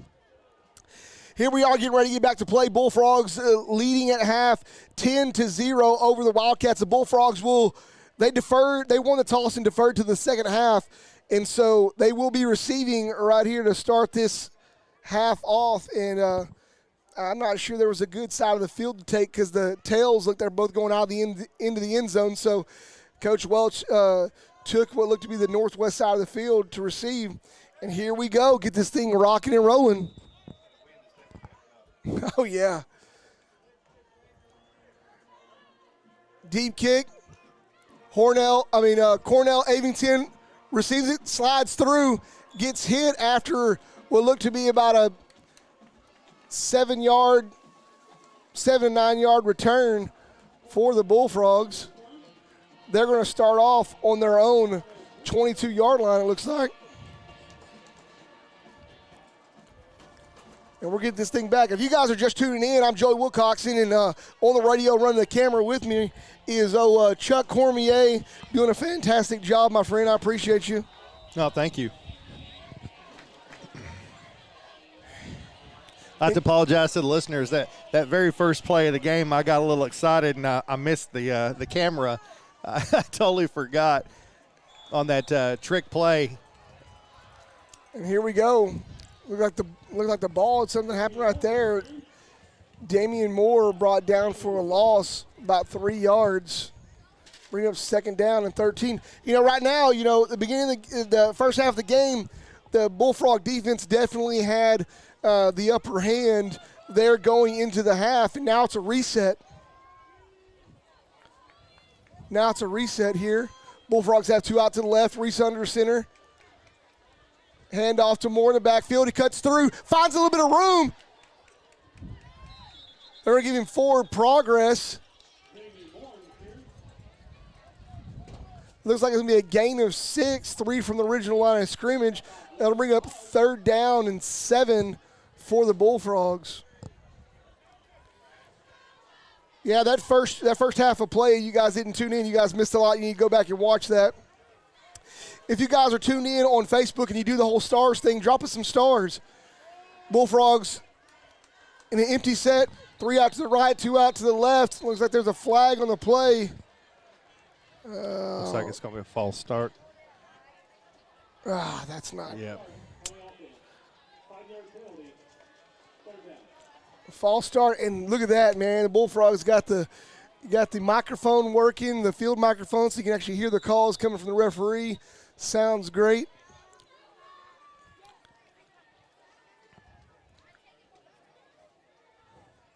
Bullfrogs going to have to do something here. It's a 3rd down and about 12 to go. Call it 13.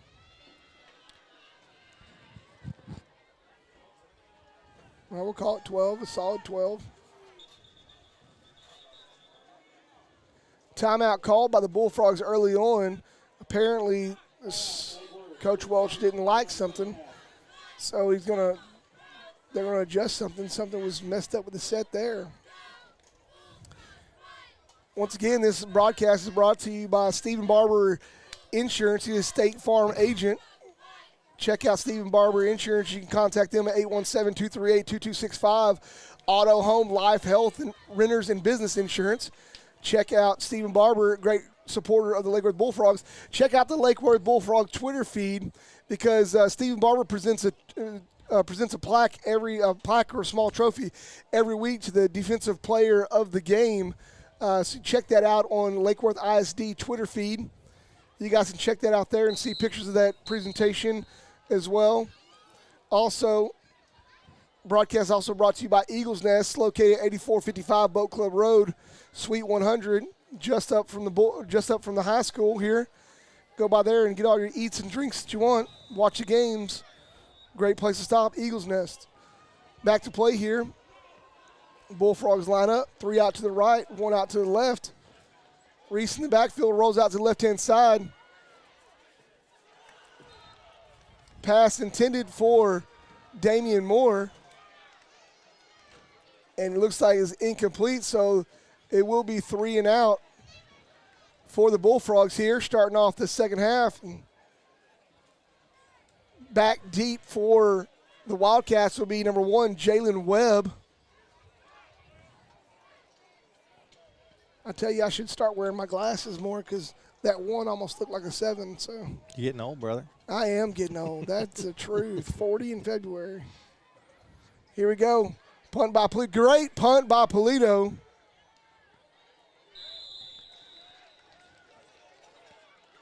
And that ball is only about that wasn't a great punt, but the wind is just crazy right now.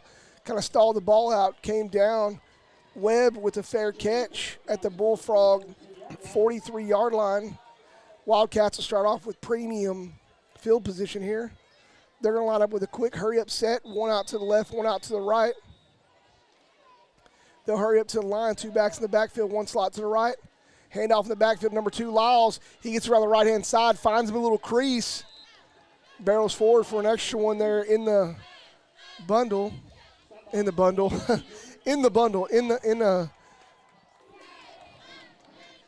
pile of players. Rolls forward for about 6 yards. They'll bring up 2nd down and 4 for the Wildcats. Same set. Slot to the left this time. Pitch out to the left-hand side to Lyles again. Lyles brought down from behind by Marcus Bryan.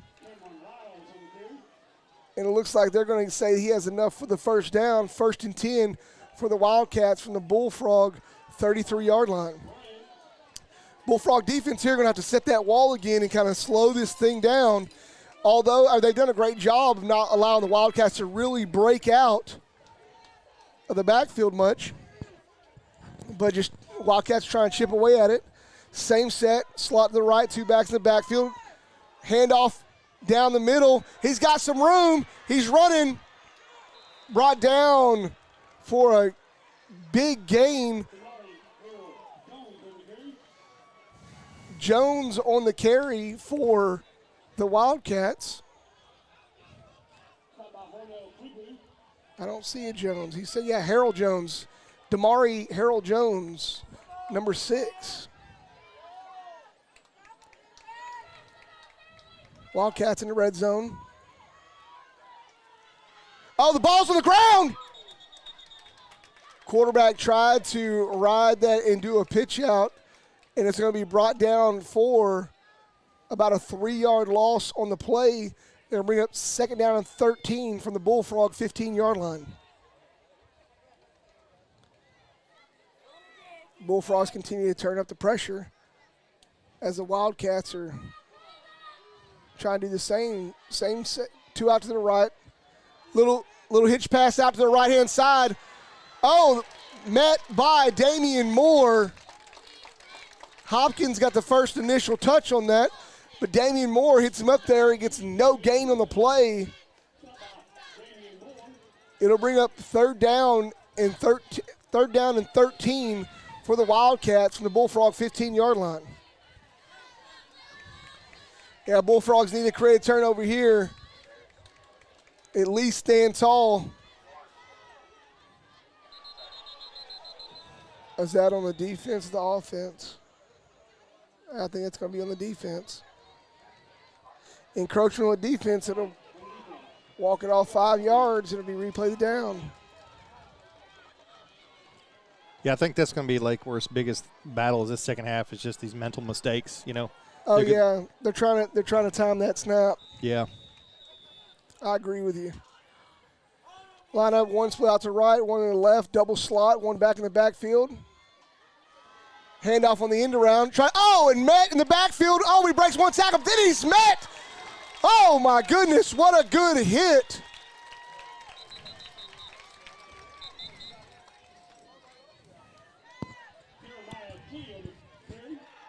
What a good hit by Damian Hopkins. Excellent stop by the defense. And Bullfrogs met him there for, let's see what they're going to give him. Looks like they give him some forward progress. Get back to the original line of scrimmage. We're 4th down and 10. It looks like the Wildcats will look to try to get on the board here. Number 17, Lance Pate, going to try here for the field goal. Looks like the field goal is good, and Kennedale gets on the board to make this a one-score game. 10-3, the Bullfrogs lead. 6:37 left to go in this third quarter of play. Man, that's still, to me, still is a big deal. They had premium field position to start that drive. The Bullfrogs still held them to just a field goal. That's still a win to me. Yeah. And Bullfrogs offense really has to get something going here, though. Yeah, man, that was an excellent recovery, though. I mean, like, you know, they got way, like you said, way back deep, and that could have ended up, you know, a lot worse. And they stood tall, stopped them, and just held them to 3 points. So excellent job. Bullfrogs defense, you know, it's they've been showing up the whole night. They have been showing up every play tonight. Just a little. I wouldn't say that was a complete half step on the first drive there, but the Bullfrogs, the offense came out a little bit flat-footed there with a 3-and-out. The defense, you know, allowed the Wildcats to chip away and they come away with a field goal. But let's see if the Bullfrog offense can answer here.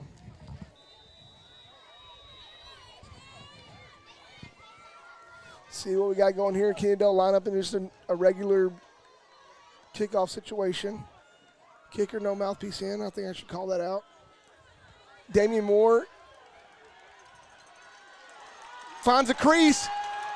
Oh, yeah, great return. The ball came loose, but they're going to call him down where he was at. Ground calls fumble, and Damian Moore, looks like Damian Moore was about a 20, what do you call that, Tristan?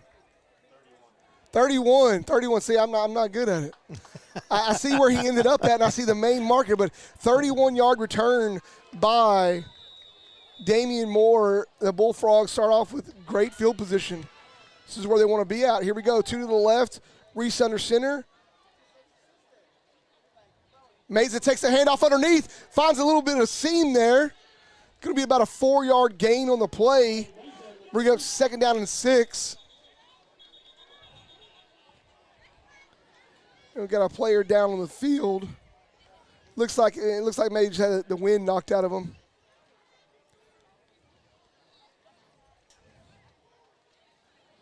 We'll see what goes on here. You know, we never like to see anybody get hurt, or I mean, it's inevitable. You're going to see some bang plays and people get banged up a little bit, and you know, air knocked out of you and cramps and whatnot. So I think right here, I think we're just seeing a little bit of air get knocked out of somebody, trying to catch their breath.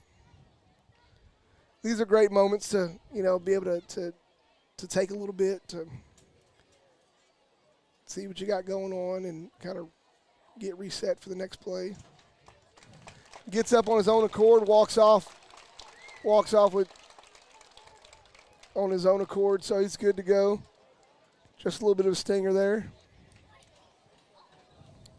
Yeah, McMullen, I'm looking for him to break a big one here too. That return was a big one to me. 31 yards on a return. That was a big deal. So it was a great job. The kid has had a fantastic season thus far. He, up into this game, he is creeping up on 1,000 yards rushing. So speaking of Moore, handoff to Moore.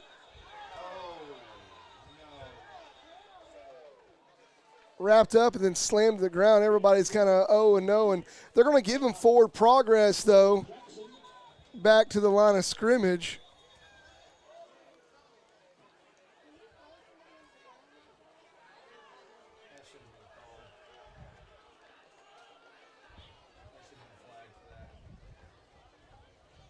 Yeah, there's like I said, it's going to be rough. It's going to be chippy this second half. It's going to be a battle of attrition. That's what this game is. And the Bullfrogs had their bye week leading into districts. There's no more bye weeks for the rest of the season. You got to continue to go forward. And having the district they have, the Bullfrogs have a lot of games to play. And in order to reach that pinnacle, which is the state game, state championship, there's actually a full season played in that time period from that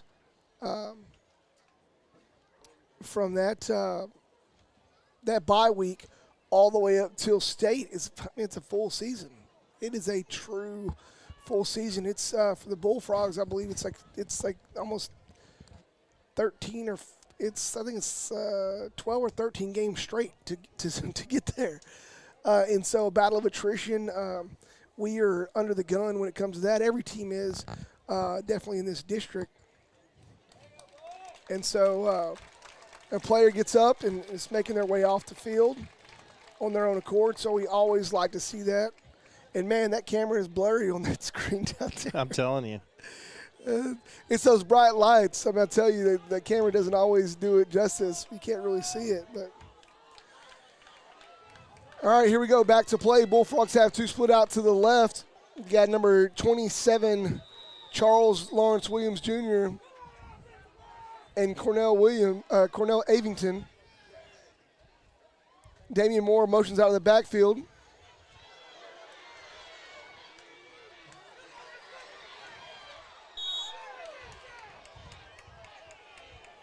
And, man, it's getting pretty heated out there. Yeah, it's getting chippy all around. There's a flag back here. It's going to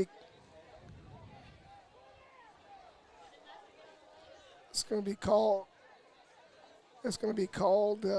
We'll see what happens right here. I saw the hold, but the lead ump has his hat off too. That means he threw something else as well.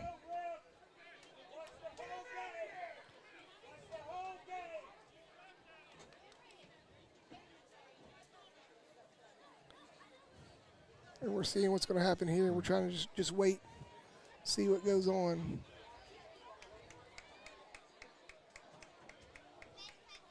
Coach is definitely not happy about something. There are fouls on the play. We have hands to the face defense. We have a roughing the passer defense. We have a dead ball, unsportsmanlike offense. There'll be a 15-yard penalty on both. It'll be an automatic first down. There we go, Bullfrogs. So it's getting chippy. It's getting kind of crazy. I'm going to try to do my best to call this and not make it about the penalties. But I mean, I don't know if he threw his hat. I think he did, but when he threw it, the wind caught it and it flew back this way. So where he intended to throw it at, it didn't happen at. So they're calling that 15-yard penalty an automatic first down, and it's getting chippy out there.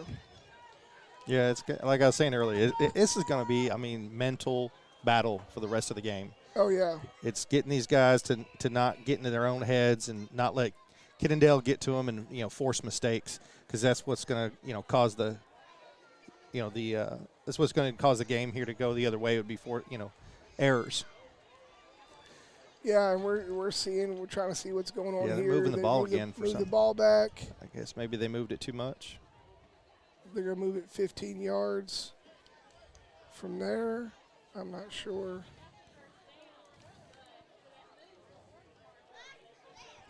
I'm not sure what's going on either. I don't think the referee does either. He said it was going to be 15 yards and a first down. Kinnendale's coach came out and is making his case for something.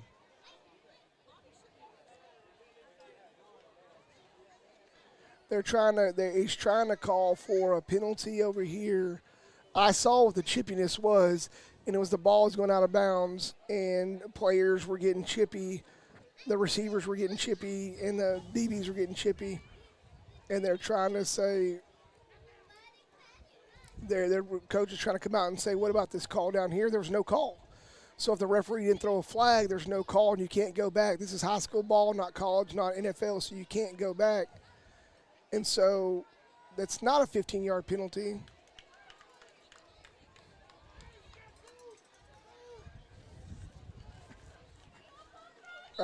So it wasn't a 15-yard penalty. I don't know where we're at right now. It's where we're at. Anyways, back to play. 2 out to the left, 1 to the right. Play in the backfield.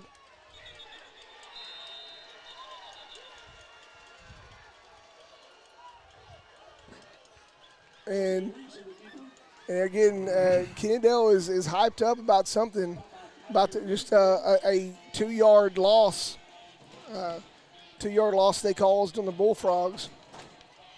And so the thing about it is right now they're not placing the ball where the marker's at, which is going to irritate me. But here we go.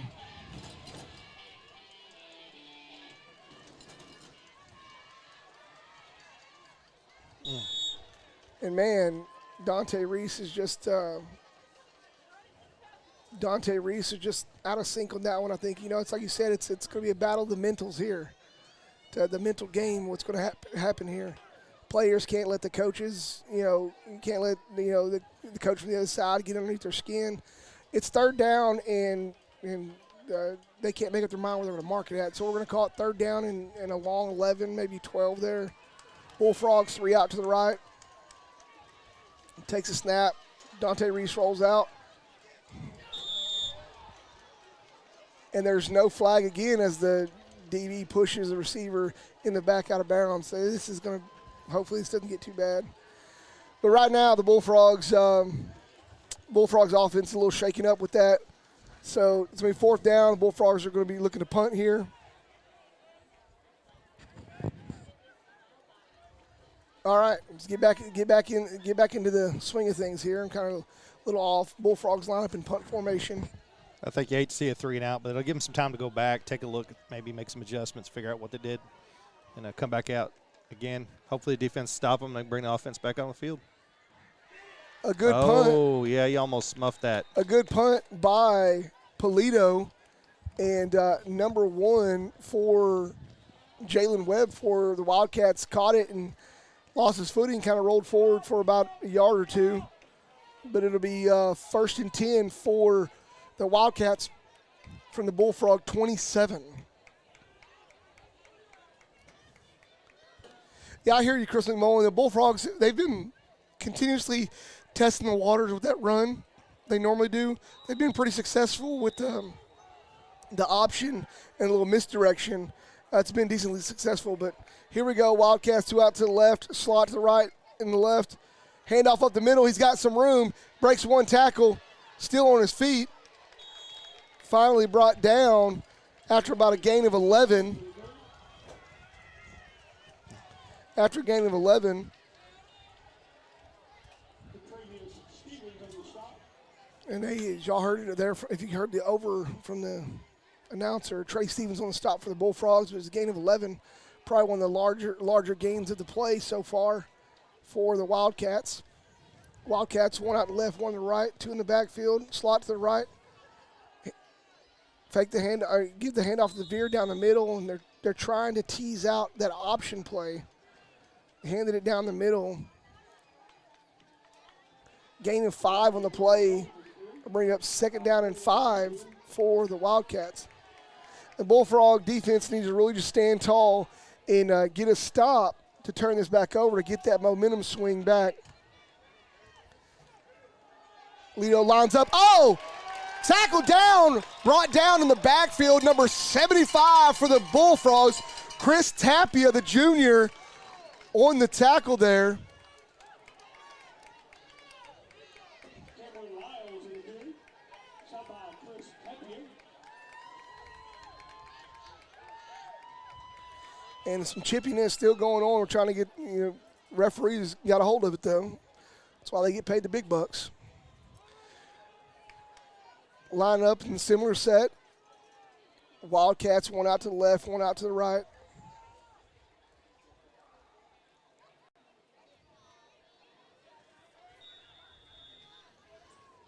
And Kennedale looked to have a substitution, and the guy wasn't ready on the sidelines, and the coach is hotter than a wet hen over there. And that's Kennedale's first timeout of the half. 2:55 left to go in this third quarter of play. Bullfrogs still lead 10-3. There you go, Joey, U.S. Army. U.S. Army, baby. U.S. Army. They're recognizing the U.S. Army military appreciation as well.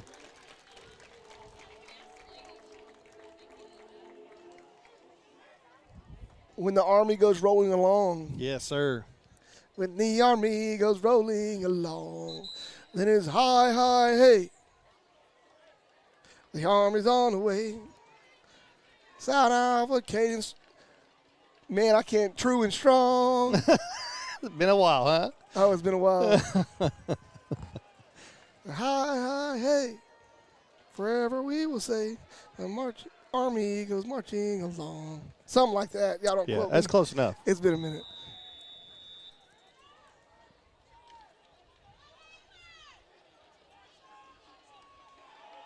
Here we go. They run around the right-hand side. Shoestring tackle there by Marcus Bryan. They're going to give it to Klubu as the tackle. Gain of a couple on the play.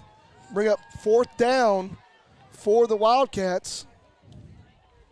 This is a big down. They're going to try to do something here. They think they have no time, so they're not. Yep. They're not going to try to punt it. It's 4th down. Line out, one out to the left, one to the right. I see an option coming. I can just only imagine. And here we go. 2 slots left and right. Quarterback drops back to pass. Oh, and a diving catch. Diving catch. A hope, a wish, and a prayer on the throw. Jalen Webb snags that one, as I think that is the first completion for Jackson Hammonds of the night. Same lineup for the Wildcats. Takes the snap. It's option to the left. Pitch outside. Tackle brought down by Damian Hopkins, number 25 for Kennedale. Jeremiah Clee on the carry. And that'll bring up, what are they? Are they mixed up on the, okay, 2nd down and 1 to go.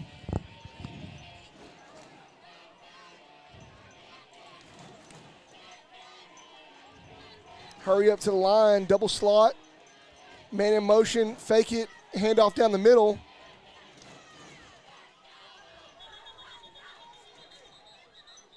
Finally, referees blow it dead. That'll be a gain of about 6 on the play to bring up 1st and 10 for the Wildcats.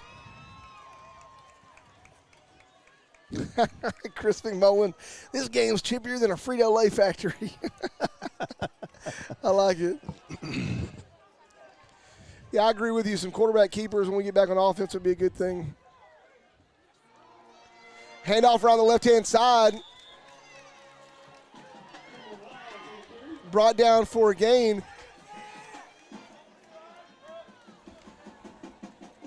And McAnally looking for a call from the ref as the whistle blows and the lineman 64, Weaver Enlow, gets going. And here we go. Strong to the right for the Wildcats. Hand off the backfield to Lyles. He breaks one tackle through Klubu's arms. Forward for about a gain of about 3. We need one of those LED down markers because where the lot it says third down over there. Bullfrogs got to stand it up here. Stand it up and force another field goal attempt here.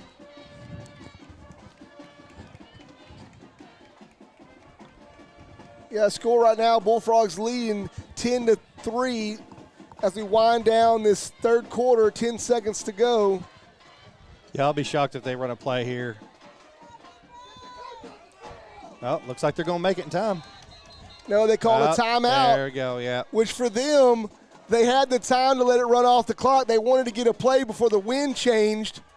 But it doesn't matter. They actually looks like they're going to get the win if they need to kick a field goal anyway. And that brings us to the end of the third quarter. Bullfrogs still hanging on to the lead, 10-3, getting ready to start this fourth quarter. And man, I am tensed up here.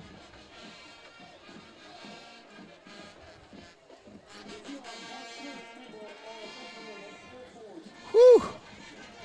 Shake it out, bro. Shake it out. Oh, I know. Come on. Well, Loosen up.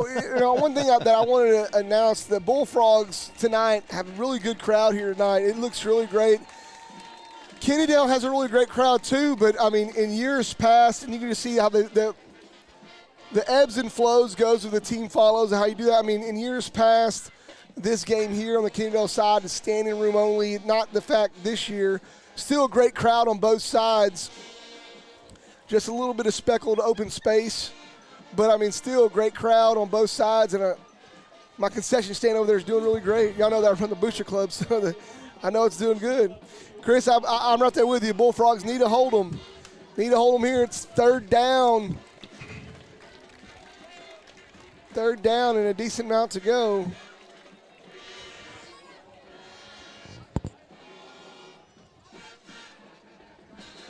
And they just gave a shout out to all the Marine Corps veterans. So, again, shout out to all our Marine Corps brothers and sisters. Yeah, it's hoo-ah, right? Hooah. No. Hooah. Yeah, they do the hooah. Hooah.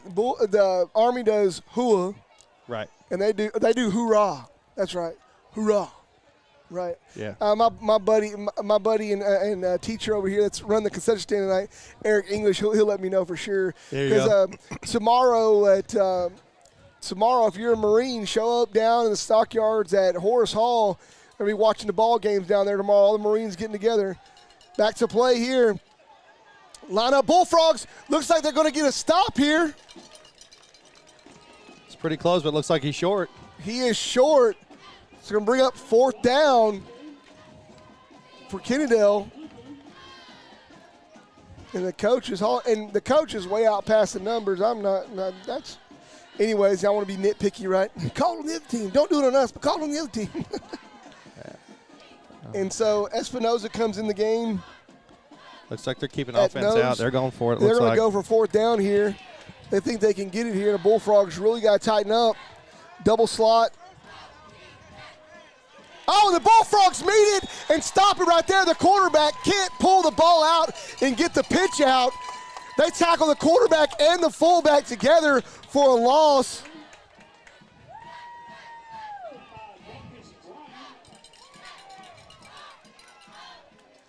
See what it is. Yep, that's it. Turnover on down. 1st and 10 for the Bullfrogs. That was an excellent stop by the defense. Oh, yeah, they tackled both guys. The quarterback they were trying to do that pull that fake and give it over to number 25, Jeremiah Clee. They had such good yardage with it earlier. Yeah. And they got some really good penetration right off from the snap. I mean, they were right through it. That was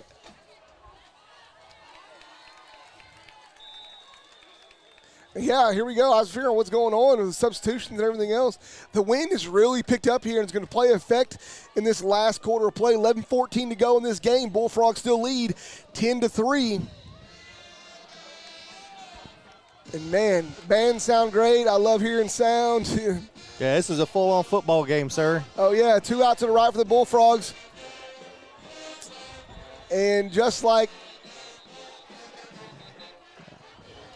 they did to us, they just swallowed up that run as a loss of yards on the play. They're going to give them a loss of 2 on the play for Jose Chuchu Meza.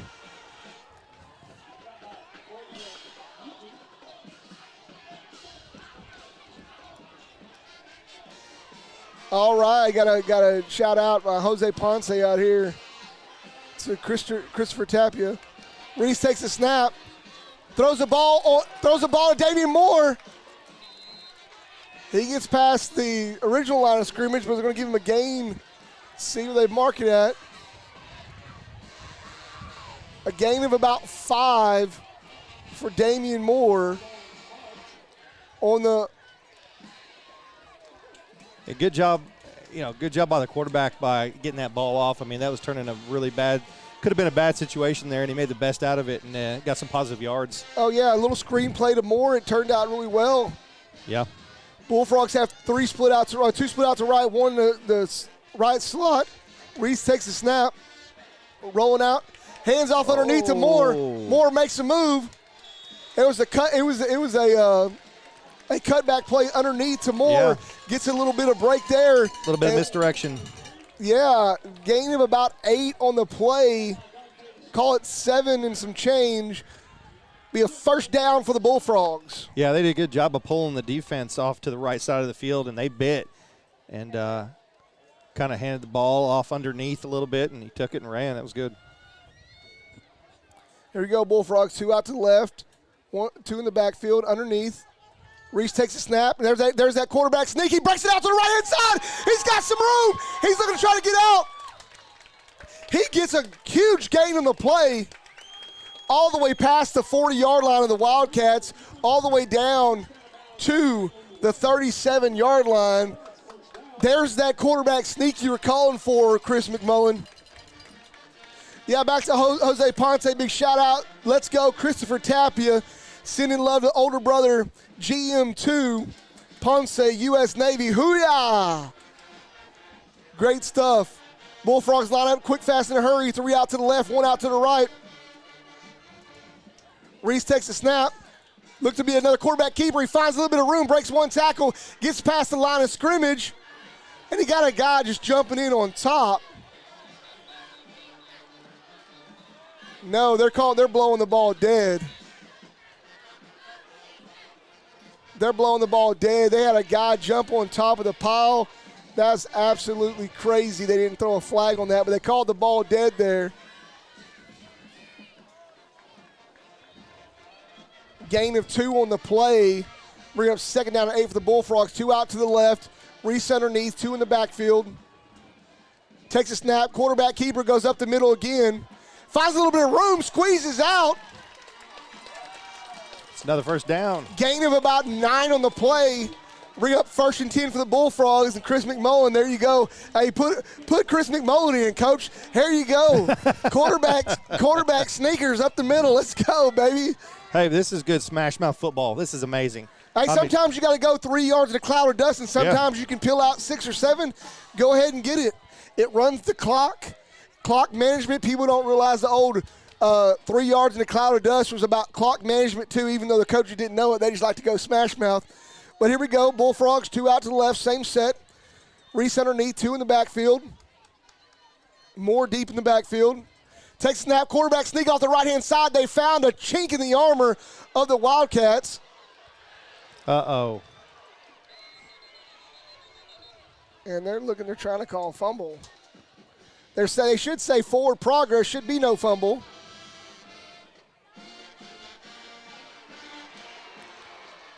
Yeah, they're calling it Kennedale ball. They're actually, but they blew the whistle as if it was forward progress, but they're going to say Kennedale got the ball. That's unfortunate for the Bullfrogs, and the defense just has to get back out there. Defense has to get back out there and stand it up.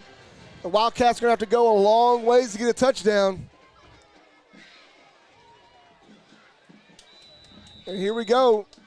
The Bullfrogs have to do it. Man, hurry up, double slot. Oh, there's a false start. I see it. I called it this side slot.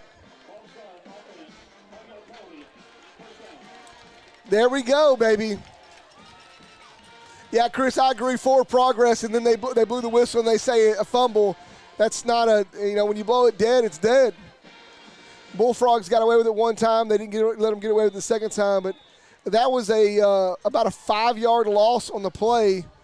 It'll be a 5-yard penalty on the play. 2 out to the right. Oh, tackled in the backfield, swallowed up. Pause. Who we got there? That was Brian Neal on the tackle.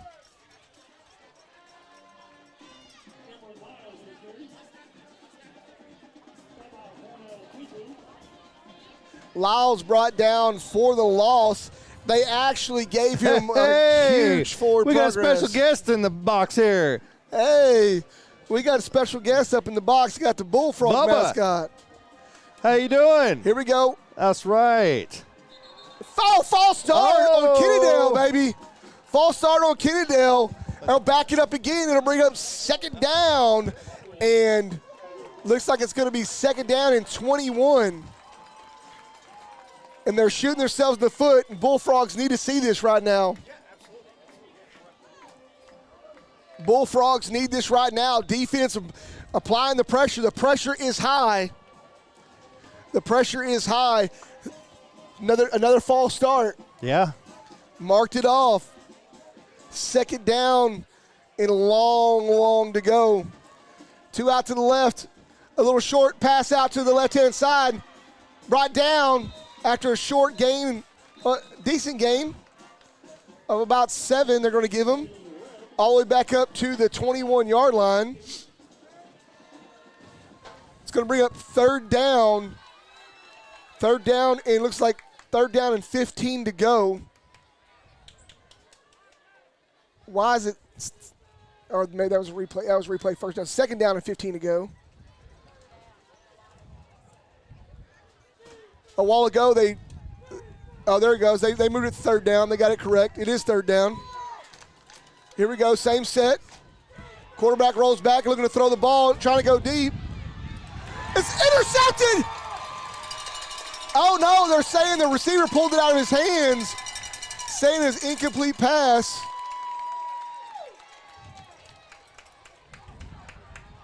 They're saying it's incomplete pass. The receiver ripped it out of his hands. He didn't get a chance to make a football move, so that will be an incomplete pass. But once again, shut down corner Cornell Avington. They keep testing the young man, and he just does such a great job. It brings up fourth down and 15 for the Wildcats. Man, I'm excited. Yeah. I'm excited. That was great defense. Great defense. We're going to see what happens here.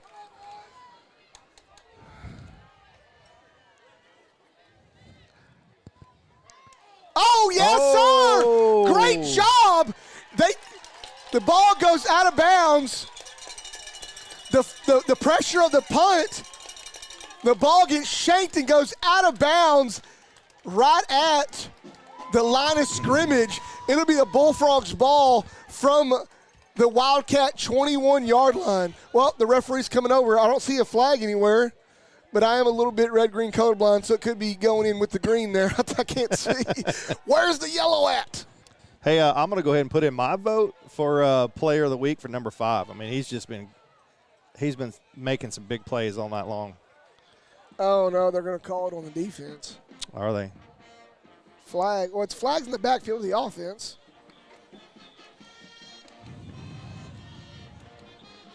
Running into the kicker, 5-yard penalty. Oh, he shanked it. Now, I didn't see after he shanked it, I followed the ball, but somebody ran into the kicker after the shank. So they're going to have to get a chance to repunt that. Oh, man, that was going to be great field position. That was. Oh, my goodness.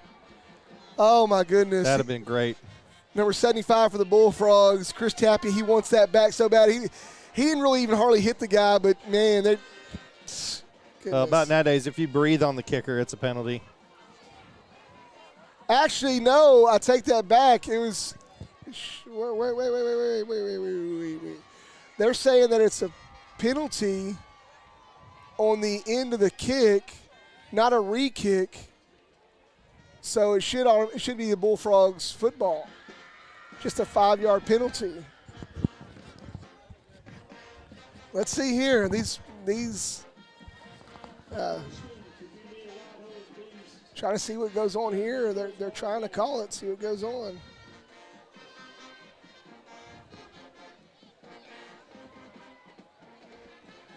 They're saying it's fourth down, and the punt return team has to get back out there. Yeah, they're going to kick it again. The referee's going to hold the ball and let them get a chance to get out there. See, I told y'all earlier there was 2 penalties to running in the kicker that comes in punt, and that's where it came into play. They actually get to repunt this.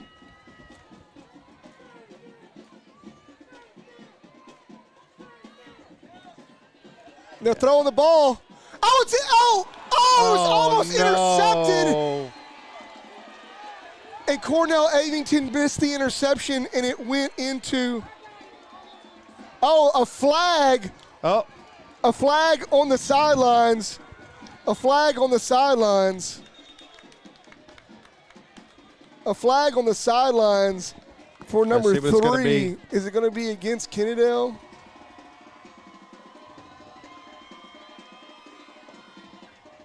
Let it be against Kennedale. I'm a homer call.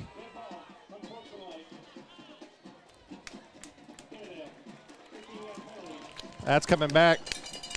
That's 15 yards. 15-yard penalty. Replay the down.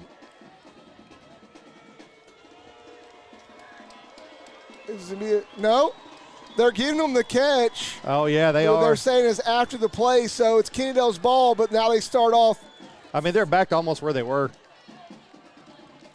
Why is the chains moving? The chain shouldn't be moving.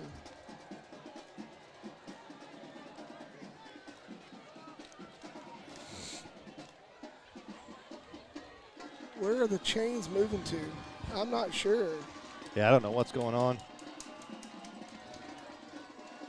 Oh, I guess it doesn't apply to that play. They just mark them off 15 yards, and then they start from there. So it'll be 1st and 10 from back here, not 1st and 25. That's what it is. Dead ball play, so it resets the ball, and they'll start their downs from there. Here we go. One split out to the right. Kennedale hurries up to the line like always. Handoff underneath.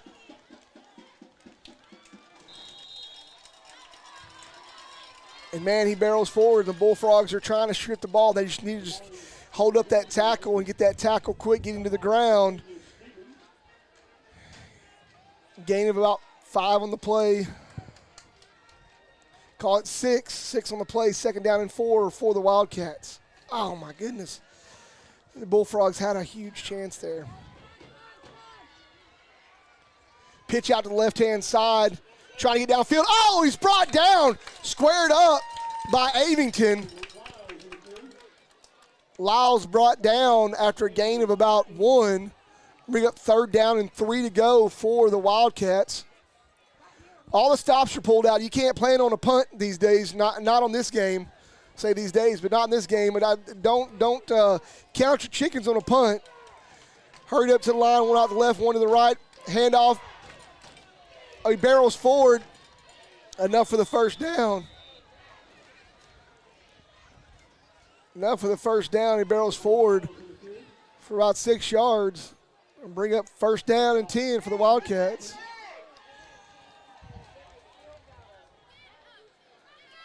I'm back to that tenseness now. Now, Lakeport doesn't need to strip it, Chris. They just need to stop them. All we need to do is get control of that clock. Rolling out to the right-hand side. Quarterback's looking to throw. He gets sacked. No, he doesn't get sacked. He gets tackled down after a 3-yard gain by Marcus Bryan. They're going to give him 4 yards. That's 10. Jackson Hammonds, the quarterback, on the carry, looking to throw the ball, but wasn't able to get it away, so they give him 3 and some change, call it 4. Hurry up to the line, double slot, double split out. Hand off, they barrel forward. That 3 yards in a cloud of dust is what we're getting down to.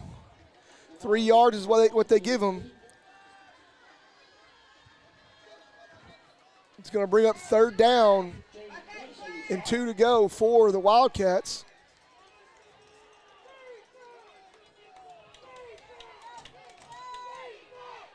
And here we go. 2 out to the left, 1 slot to the right. A little slow, a little screen out to the left-hand side. And Hopkins was there to make the play for a loss, but misses on the tackle. Wildcats with another 1st down. 3:43 and counting down here in this 4th quarter of play, and I feel sick. Just so tensed up.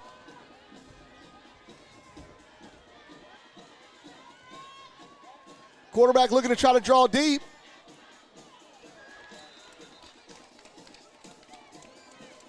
And it's incomplete. Cornell Avington again with a shutdown side. Time left on the clock is 3:24. Stops with that incomplete pass. 2nd down and 10 to go for the Wildcats from the Bullfrog 49-yard line.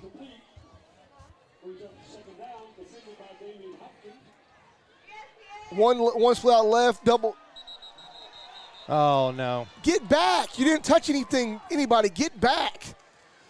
Mark off 5 yards and replay the downs. Going to bring up 2nd down and 5 for the Wildcats. Goodness.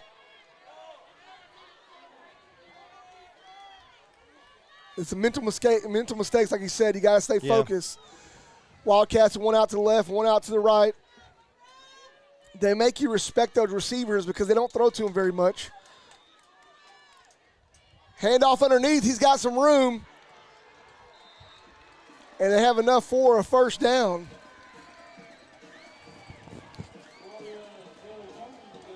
And they're calling in plays by the from the coach and not even signaling anything in. Play called into 25. Jeremiah Klee gets the play call. 1 out left, 1 out right, double slots. Handoff up the mid. No, it's a pitch. Oh, the quarterback faked the pitch and just got smoked by Trey Stevens. Great play by Trey Stevens. Tackled down at the line of scrimmage. No gain on the play. 2:45 and counting in this 4th quarter of play. Bullfrogs still up 10-3. 2 out to the left. Underneath, roll out to throw the ball. Interception! Interception by the Bullfrogs. Yes, sir. Yes, sir. That's what they've been looking for all night. Interception. I can't tell who it was. If it was Hopkins. Damian Hopkins on the interception. Yes, sir. Great job by the Bullfrogs. Great heads-up football. Right now, both teams have 2 timeouts remaining, 2:27 left to go in this ball game. This Bullfrog offense has to get a couple of 1st downs here to try to really work that clock down. You know the methods of Tracy Welch when it comes to clock management, and this is where it comes into play. But the Bullfrog offense has to have some critical movement on this play. Bullfrogs line up, 2 out to the left. Reese underneath, 2 in the backfield. Take the snap. Handoff underneath, breaks 1 tackle. Lost a little bit of jersey with that one. And a flag comes in.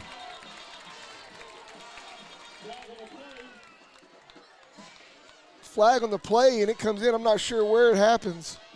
I see it happen in the backfield of the defense. Trying to see where the flag comes in at. And the coach is coming out to meet a player out at the hash. Not sure what that is.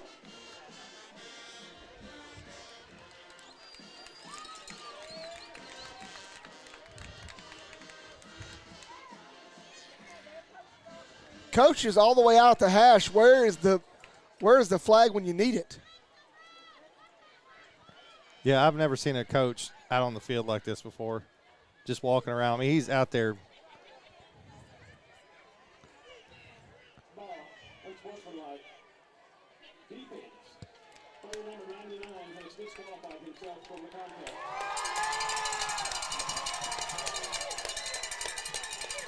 Number 99 just got ejected from Kennedale.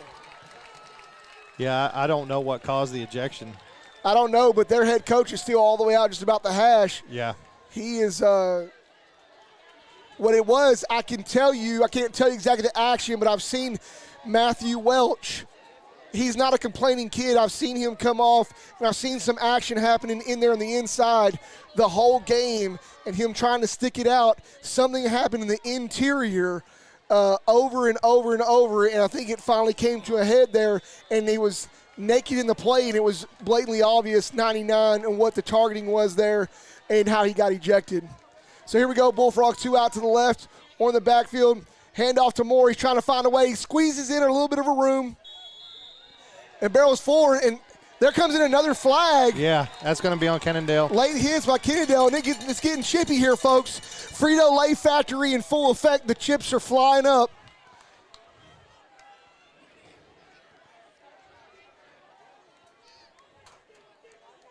And the flag's there. There's a player that's down on the field as well.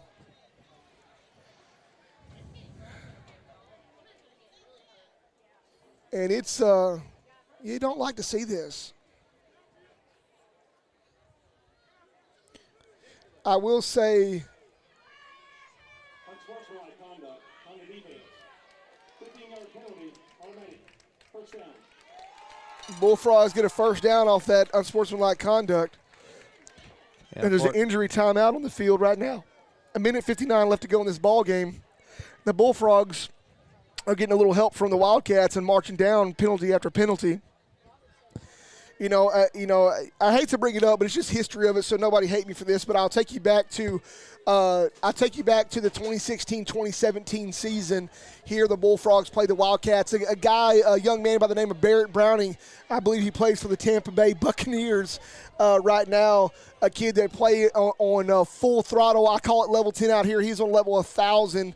A kid, just really just like over the top, play through the whistle, after the whistle, doesn't care. Get into a tussle or two.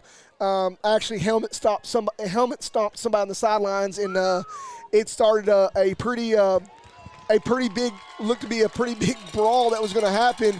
Luckily, it got stopped by everybody. I was actually in the end zone. I was running the Bullfrog at the time, the blow up down there, and for some reason in me, I felt the need to run on the field, and I ran on the field and grabbed players and started pulling them away because it started to be a madhouse. You hate to see when that happens, but I just give that little story of the depiction that sometimes if referees and coaches, they have a big thing out here. You got maybe 6 coaches on each sidelines, and you got 4 referees against a lot of young men that are almost full-grown men, and when they're on the field, it's like WWE. It's like 45. It's like 90 kids and about maybe 20 adults out, or 90 young grown men out there and everybody else. But anyways, enough about that. Let's get back to play. Yeah. Bullfrogs 2 split out to the left, 2 in the backfield. Bullfrogs going to ride this clock all the way down. Clock management. Take the snap. Hand the ball off the backfield. Damian Moore still creeps forward for a little bit. Back to the line of scrimmage. And timeout's going to be called quickly by Kennedale to try to stall the clock.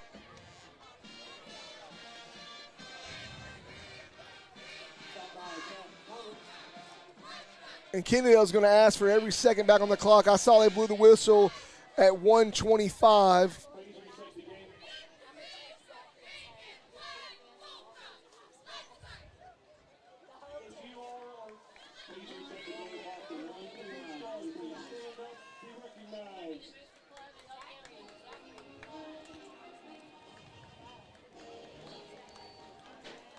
Hang on one second. Got a little bit of Coast Guard recognition going on there.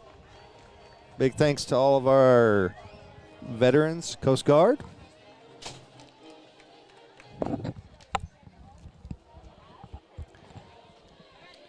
And there's the Navy. Or 129 is what they called for. They got it. So sorry I had to jump up over there because the announcer, I got to need to talk to him a little bit. He tries to make his announcements, and the referee is making a call on the mic, so they kind of cross-interfered there. So, hey, Joey, I just wanted a quick update. That player that did go down did get up on his own and was able to get back in the game, so all is well with him. Oh, great deal. Great, thanks for the update.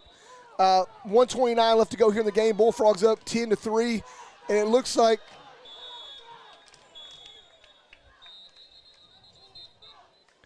timeouts called by Kennedale once again. And that Kennedale, what they're doing is they're just trying to cram the line and keep the Bullfrogs from being able to run a quarterback sneak. And they've used all their timeouts.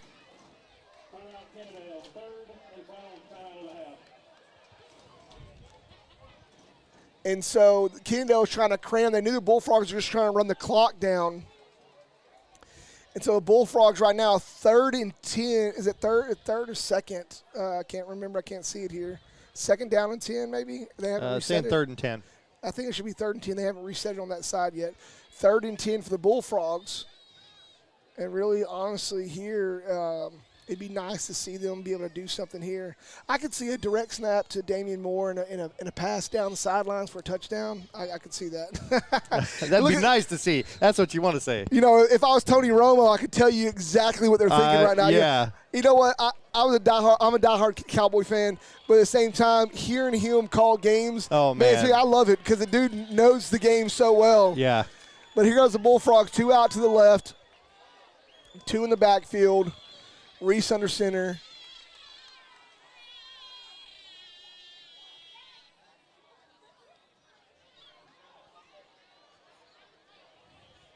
And the play clock winding down, 6 seconds. Takes a snap, hands off to Moore. Moore finds a gap. He's got some room. He can go. He can go. Oh, he's at the 1 yard line. Moore at the 1 yard line, baby.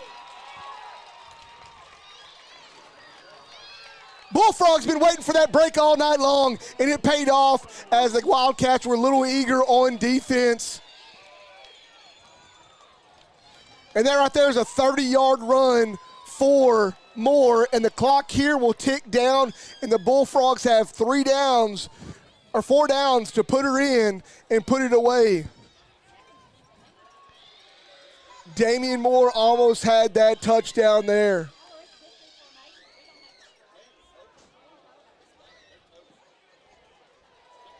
And the clock's winding down, 6 seconds on the play clock, 50 seconds on the clock. And the Bullfrogs are going to kneel it right here. And oh my goodness, I'm not going to say it. Hey, good sportsmanship by the Bullfrogs to take it down and snap the ball. That's it. That's going to be it. It's going to get it down to about 1. Bullfrogs win. Bullfrogs take the W. They win on the 1 yard line, 10-3 over Kennedale. 10-3 over Kennedale. And man, I tell you what, my insides are shaking. I tell you, that is crazy. Crazy. There's Coach and his son right there. Yep. Both sons. There's Coach Welch and Matthew Welch and Coach McAnally. Coach McAnally and his son. You seeing him out there, Gage McAnally. What a great end. Man. Woo. That was a barn burner. It was a slow burner. Like they didn't burn very fast. No, they didn't. Man. That was a great game. Hey, guys, we're going to chalk it up here. And Colin, we thank you so much to Eagles Nest and Stephen Barber for sponsoring the show. We appreciate you guys so much for your sponsorship. Bullfrogs sit now 4-1. 4-1 on this. 4-1 5-1 on the season. 5-1 on the season. And 3-0 in district. 3-0. 3-0 in district. Bullfrogs have now separated themselves a little bit. And got another one on the road next week. Hey, you guys, next week we'll be live at 7 o'clock as well. So y'all make sure to tune in. We're going to get off here, enjoy this win, pack up, and call it good. Hey, thank y'all so much for tuning in online. Hey, Chris McMullen, Kevin Godfrey, all those other Jonathan, Brian Fuentes, all you guys out there, Jose Ponce, all y'all that tuned in and chimed in, gave me somebody to talk to a little bit. Hey, for Charles Cormier, I'm Joey Wilcox for Bullfrog Radio.